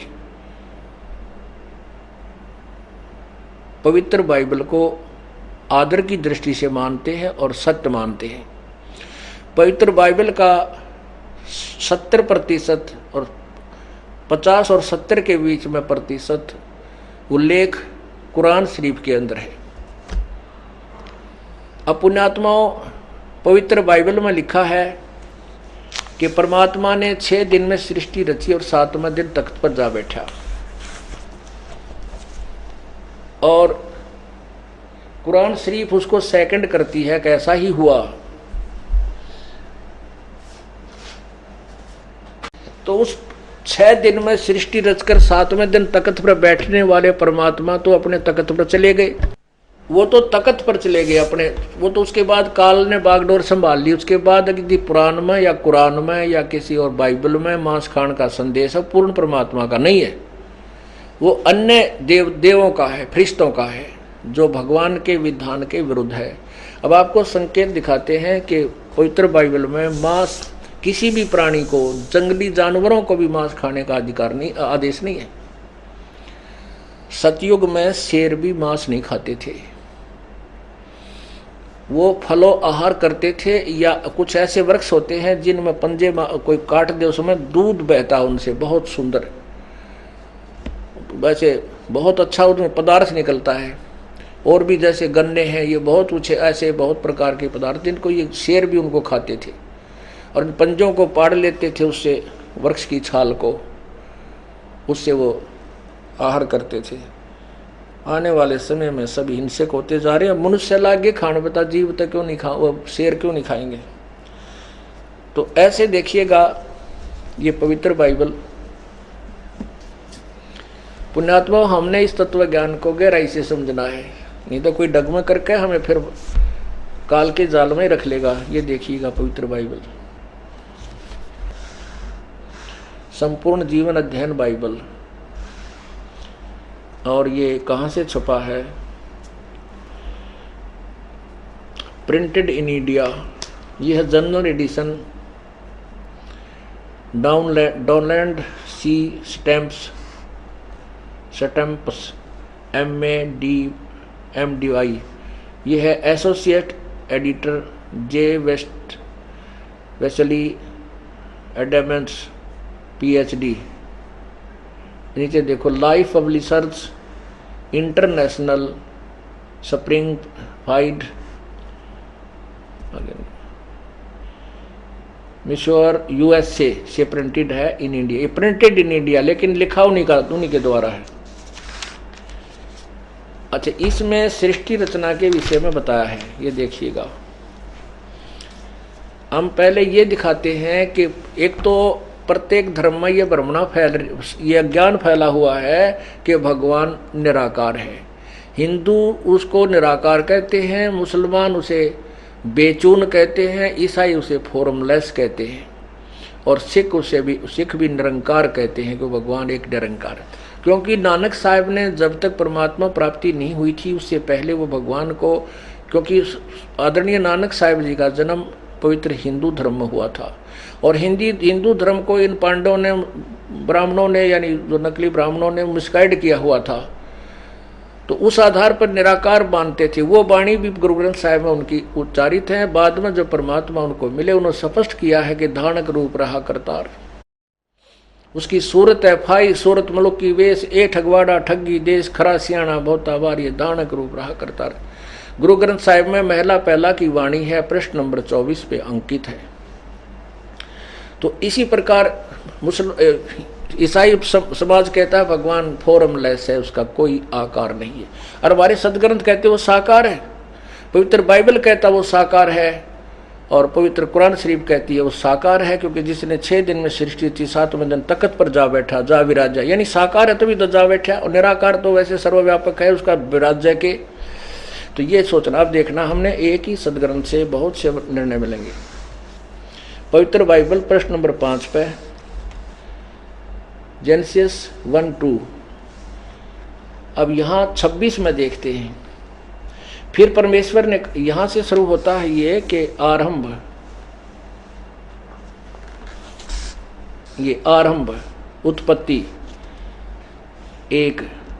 आदि में परमेश्वर ने आकाश और पृथ्वी की सृष्टि की, ऐसे ऐसे पृथ्वी बेडौल थी, सुनसान पड़ी थी। अब हम यहां आते 26 नंबर पे, ये आगे 26 पे आ जाओ। ये फिर परमेश्वर ने कहा हम मनुष्य को अपने स्वरूप के अनुसार अपनी समानता में बनाएं, और वे समुद्र की मछलियों और आकाश के पक्षियों और घरेलू पशुओं और सारी पृथ्वी पर और सब रेंगने वाले जंतुओं पर जो पृथ्वी पर रेंगते हैं अधिकार रखे। 27 में तब परमेश्वर ने मनुष्य को अपने स्वरूप के अनुसार उत्पन्न किया, अपने स्वरूप के अनुसार परमेश्वर ने उसको उत्पन्न किया, नर और नारी करके उसने इस मनुष्य की सृष्टि की। 28 में कहा कि और परमेश्वर ने उनको आशीष दी, किसको? मनुष्य को, और उनसे कहा फूलो फलो और पृथ्वी पर में भर जाओ, और उसको अपने वश में कर लो, और समुद्र की मछलियों तथा आकाश के पक्षियों और पृथ्वी पर रेंगने वाले सब जंतुओं पर अधिकार रखो। फिर परमेश्वर ने उनसे 29 में फिर परमेश्वर ने उनसे कहा सुनो, जितने बीज वाले छोटे छोटे पेड़ सारी पृथ्वी के ऊपर हैं, और जितने वृक्षों में बीज वाले फल होते हैं, वे सब मैंने तुम्हें दिए हैं, वे तुम्हारे भोजन के लिए हैं। अब देखो, ओए होए, फिर परमेश्वर ने कहा कि सुनो, जितने बीज वाले छोटे छोटे पेड़ और सारी पृथ्वी के ऊपर हैं, और जितने वृक्षों में बीज वाले फल होते हैं, वे सब मैंने तुमको दिए, वे तुम्हारे भोजन के लिए। मनुष्य के लिए आदेश है ये। पवित्र बाइबल में पूर्ण परमात्मा जिसने सृष्टि रची सारी, उसका आदेश है कि तुम्हारे लिए ये बीजदार पौधे और फलदार वृक्ष हमने तुम्हें दिए, ये तुम्हारा भोजन है, नथिंग एल्स। और पक्षियों को भी, पशु पक्षियों को भी ऐसे आदेश दिया। आगे देखो, अब 30 में देखो,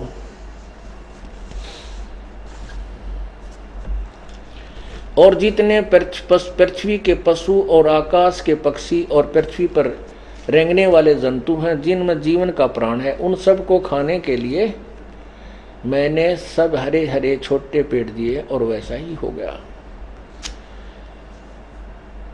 तब परमेश्वर ने जो कुछ बनाया था वो देखा, तो क्या देखा कि वह बहुत ही अच्छा है। तब सांझ हुई, फिर भोर हुआ, इस प्रकार ये 6वां दिन हो गया।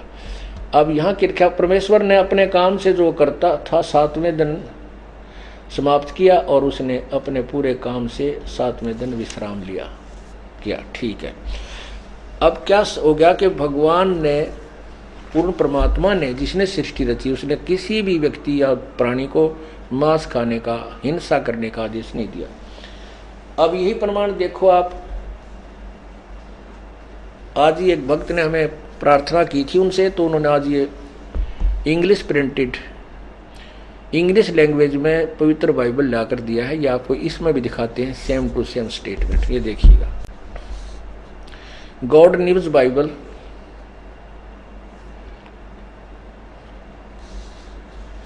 ये देखना ये कहाँ से छपा है।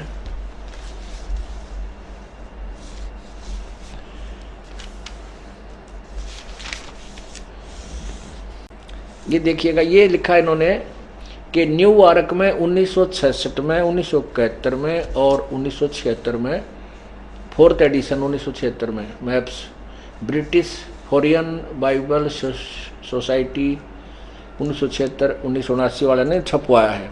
ये केवल प्रिंटेड कलकत्ता में हुआ है, एज इट इज, ये है उन्हीं की तरफ से।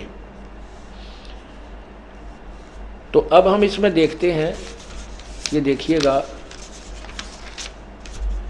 ये है वही जेनेसिस 1 और इसके प्रश्न नंबर 4 पे यहाँ लिखा है द स्टोरी ऑफ क्रिएशन। अब हम इसके, ये वही है, in the beginning when God created the universe the earth was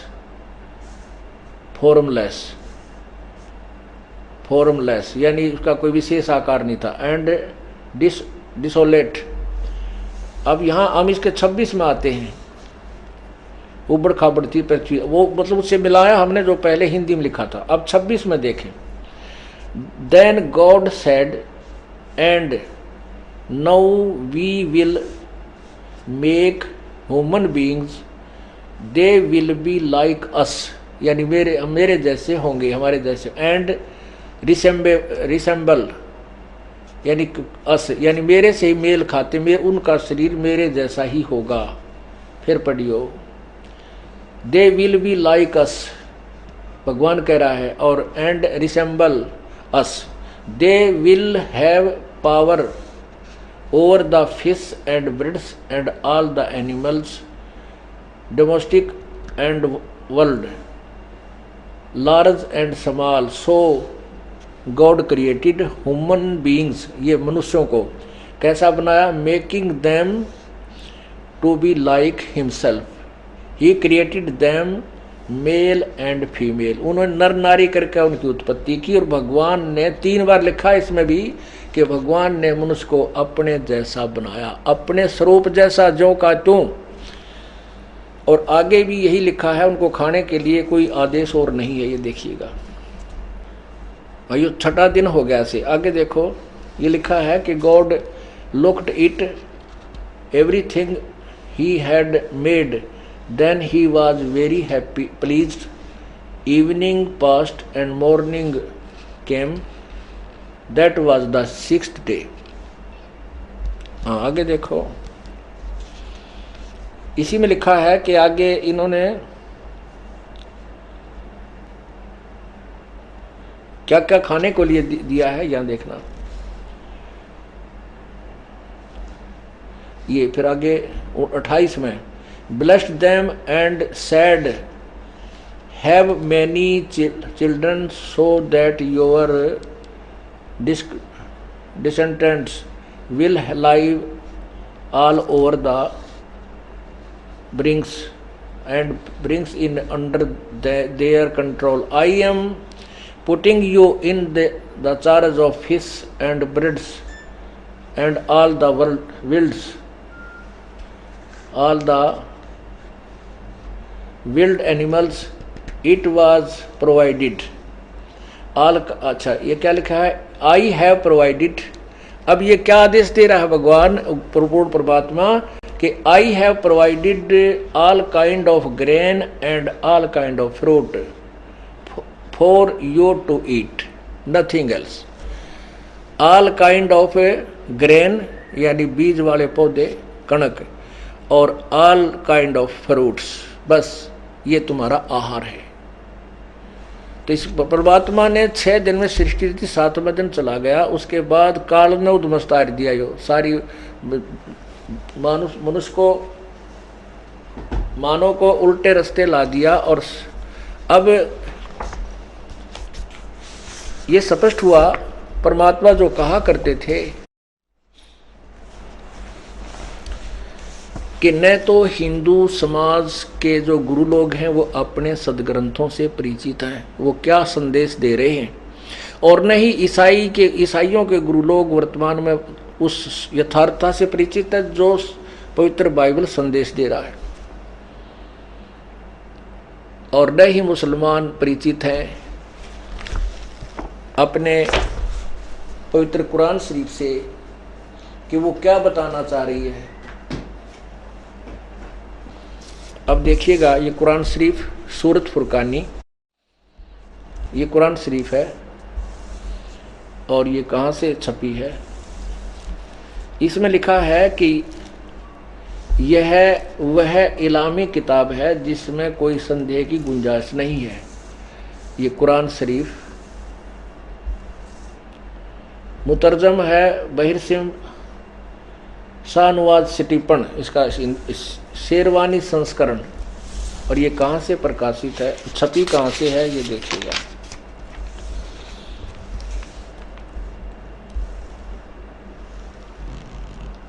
प्रकाशक है लखनऊ किताब घर, मौसम बाग सीतापुर रोड लखनऊ। इसमें देखिएगा सूरत फुरकानी 25 आयत 52 से लेकर 59 तक। इसमें हम सिर्फ यही बताएंगे, हिंदी इन्हीं के द्वारा अनुवादित बताते हैं, जिससे काफ़ी निर्णय निकल जाएगा। ये देखिएगा सूरत फुरकानी, कुरान शरीफ सूरत फुरकानी 25 पृष्ठ 604 पे। अब हम इसका, इन्होंने यहाँ तो ये एज इट इज फोटोकॉपी है, इसकी इन्होंने देवनागरी लिपि में ही इसी को लिखा है। लिपि देवनागरी है, भाषा यही है अरबी। और इन्होंने यहाँ लिखा है 52 में नीचे, फला तुतियल काफिरन व जहादम बही जिहादन कबीरन, ये कबीर शब्द लिखा है। अब यहाँ इन्होंने अनुवाद किया है इसके दूसरे पृष्ठ पे सामने ही, ये 52 में, ए पैगंबर तुम काफिरों का कहा न मानना और इस कुरान की दलीलों से उनका सामना बड़े जोर से करो। अब क्या कह रहा है, गीता यानी कुरान शरीफ का ज्ञान देने वाला अल्लाह, जिसको मुसलमान धर्म और हजरत मोहम्मद अपना खुदा मानते हैं, कि खुदा ने कुरान शरीफ का ज्ञान बोला और हजरत मोहम्मद जी के अंदर से प्रेरणा करके, वो अंदर से बोलते थे, प्रवेश करके भी बोलता था और बाहर से फरिश्ते भी आकर ज्ञान देते थे। तो वो ज्ञान दे रहा है हजरत, कहते वो संदेश भगवान का ही था, चाहे फरिश्तों ने सुनाया, चाहे हजरत मोहम्मद के अंदर से आवाज़ आई, चाहे किसी ने किसी प्रकार भी कुरान शरीफ में लिखा, ये आदेश कहते भगवान का है, उस अल्लाह का है जिसको ये मुसलमान धर्म अपना भगवान, अंतिम भगवान मान रहे हैं। अब वो भगवान कह रहा है, वो अल्लाह कह रहा है हजरत मोहम्मद को कि वो कबीर परमात्मा है, उसको ये काफिर लोग नहीं मानते। आप इनकी बातों में मत आना, मेरे द्वारा जो कुरान शरीफ के अंदर ज्ञान दिया है इनके ऊपर विश्वास रखना, संघर्ष करना, उनकी बातों का तो को मत मानना, झगड़ा नहीं करना, संघर्ष करना। तो वो कौन है वो भगवान? अब 53-54 में ध्यान से देखो, प्रश्न नंबर 607 पे 52 का अनुवाद है कि वह 53 का अनुवाद है, वह और वही है जिसने दो नदियों को मिला चलाया है और मीठा प्यास बुझाने वाला एक खारी कड़वा और दोनों के में एक आड़ और मजबूत रोक बना दी। और वही है जिसने पानी की बूंद से आदमी को पैदा किया और जिसने साहिब नसब यानी बेटा बेटी ससुराल वाला यानी किसी को दामाद बहू बनाया। और तुम्हारा परवरदिगार हर चीज़ के करने में शक्तिमान है। ओहो। और अल्लाह के सिवा ऐसों को पूजते हैं जो न उनको नफ़ा पहुंचा सकते हैं और न उनको नुकसान। और काफिर तो अपने परवरदिगार से पीठ दिए हुए मुंह मोड़े हैं। ए पैगंबर, हमने तुमको खुशखबरी सुनाने और सिर्फ अजाब से डराने के लिए भेजा है। वो अल्लाह बोल रहा है जो कुरान शरीफ का अल्लाह माना जाता है। इन लोगों के से कहो कि मैं तुमसे अल्लाह के हुक्म पर कुछ मजदूरी नहीं मांगता हूँ। हाँ, जो चाहे अपने परिवार तक पहुँचने, परवरदिगार तक पहुँचने की राह इख्तियार कर ले। और ए पैगंबर, उस जिंदा जो जिंदा महात्मा के रूप में परमात्मा अल्लाह इसको हजरत मोहम्मद को भी मिले थे, उस जिंदा पर भरोसा रखो जो कभी मरने वाला नहीं है। इन्होंने जिंदा का अर्थ चैतन्य किया, नहीं, उस जिंदा पर भरोसा रखो जो कभी मरने वाला नहीं है और तारीफ के साथ उसकी पाकी बयान करते रहो। अपने बंदों के गुनाहों से वो काफ़ी खबरदार है। या काफ़ी खबरदार, इन्होंने क्या लिखा है, ये 58 में, ये खबीरा शब्द है, ये खबीरा शब्द है। इन्होंने बड़ा अर्थ कर दिया, काफ़ी, बहुत। इसका अर्थ है कि वो कबीर खूब जानता है, काफ़ी नहीं, गुनाहों से वह कबीर खबरदार है, यानी जानता है, खूब अच्छी तरह परिचित है। और जिसने आसमानों और ज़मीन में जो कुछ उनके बीच में है उस सब को 6 दिन में पैदा किया, फिर तख्त पर जा विराजा, वह अल्लाह बड़ा। इन्होंने ये 59 में भी देखो, ये कबीर शब्द है, खबीरन, इसको इन्होंने बड़ा शब्द कर दिया। हम कहते हैं वो अल्लाह कबीर है। ओह, फिर पढ़िए 59 में, आयत नंबर 59। जिसने आसमानों और जमीन और जो कुछ उनके बीच में है सबको 6 दिन में पैदा किया, फिर तख्त पर जा विराजा। वह अल्लाह बड़ा, वह अल्लाह कबीर है। हम कबीर लिख दे इसको। रहमान है और वो दयालु है। जो उसकी खबर किसी बाखबर इल्म वाले से पूछ देखो। ओहो, अब इससे एक तो ये स्पष्ट हो गया कि जो पवित्र बाइबल में समर्थन कहा है वो इसका समर्थन है। और ये दूसरा ये हो गया कि जो कुरान शरीफ का ज्ञान देने वाला अल्लाह किसी और पूर्ण परमात्मा कबीर नामक अल्लाह की तरफ, अल्लाहु अकबर की तरफ संकेत कर रहा है। और वो उस परमात्मा के बारे में कुरान शरीफ ज्ञानदाता नहीं जानता। वो कहता किसी तत्वदर्शी संत से पूछो। यही पवित्र गीता जी अध्याय नंबर 4 के श्लोक 34 में कहा है कि उस परमात्मा के विषय में तत्व ज्ञान समझने के लिए तो किसी तत्वदर्शी संत की खोज कर। परमात्मा ये उनको कहा करता, सुनाया करता था काजी और मुल्लाओं को, लेकिन उन काजी और मुल्लाओं ने ये सत संदेश जन साधारण तक नहीं जाने दिया। ये कह करके कि कबीर अशिक्षित है, अनपढ़ है, ये क्या जाने हमारे कुरान शरीफ के बारे में, गूढ़ रहस्य के बारे में। अब गूढ़ रहस्य तो देख लो, ये था इस पवित्र सदग्रंथ का कि वो परमात्मा कोई और है। जो गीता तुम जिसको भगवान माने बैठे हो वो खुद कह रहा कि वो तो कोई और परमात्मा, उसकी खबर वो खुद नहीं जानता, किसी तत्वदर्शी संत के लिए संकेत किया है। इस बात को सुनकर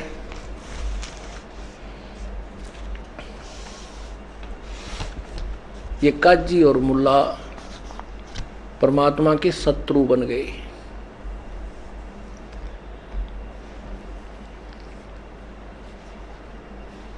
और उनके सत संदेश को कि कहीं ये हमारे अनुयायियों को इस सच्चे ज्ञान से परिचित ना करवा दे, इसलिए परमात्मा के बारे में अच्छी बुरी कहानियां बना कर उसको परमात्मा के विरोधी बना दिया पूरे जनसाधारण को।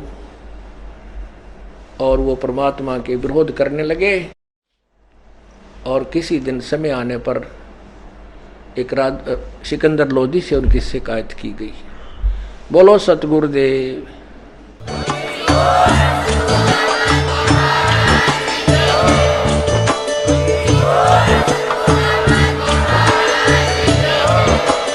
आप सुन रहे थे जगत गुरु तत्वदर्शी संत रामपाल जी महाराज जी के मंगल प्रवचन। अधिक जानकारी के लिए विजिट कीजिए हमारी वेबसाइट www.jagatgururampalji.org। संत रामपाल जी महाराज जी के शुभ आशीर्वाद से पूरे विश्व भर में 500 से भी ज्यादा नाम दीक्षा केंद्र हैं, जिन पर संत रामपाल जी महाराज जी द्वारा ऑनलाइन निशुल्क नाम दीक्षा दी जा रही है। अपने नजदीकी नाम दीक्षा केंद्र का पता करने के लिए संपर्क करें 8222880541।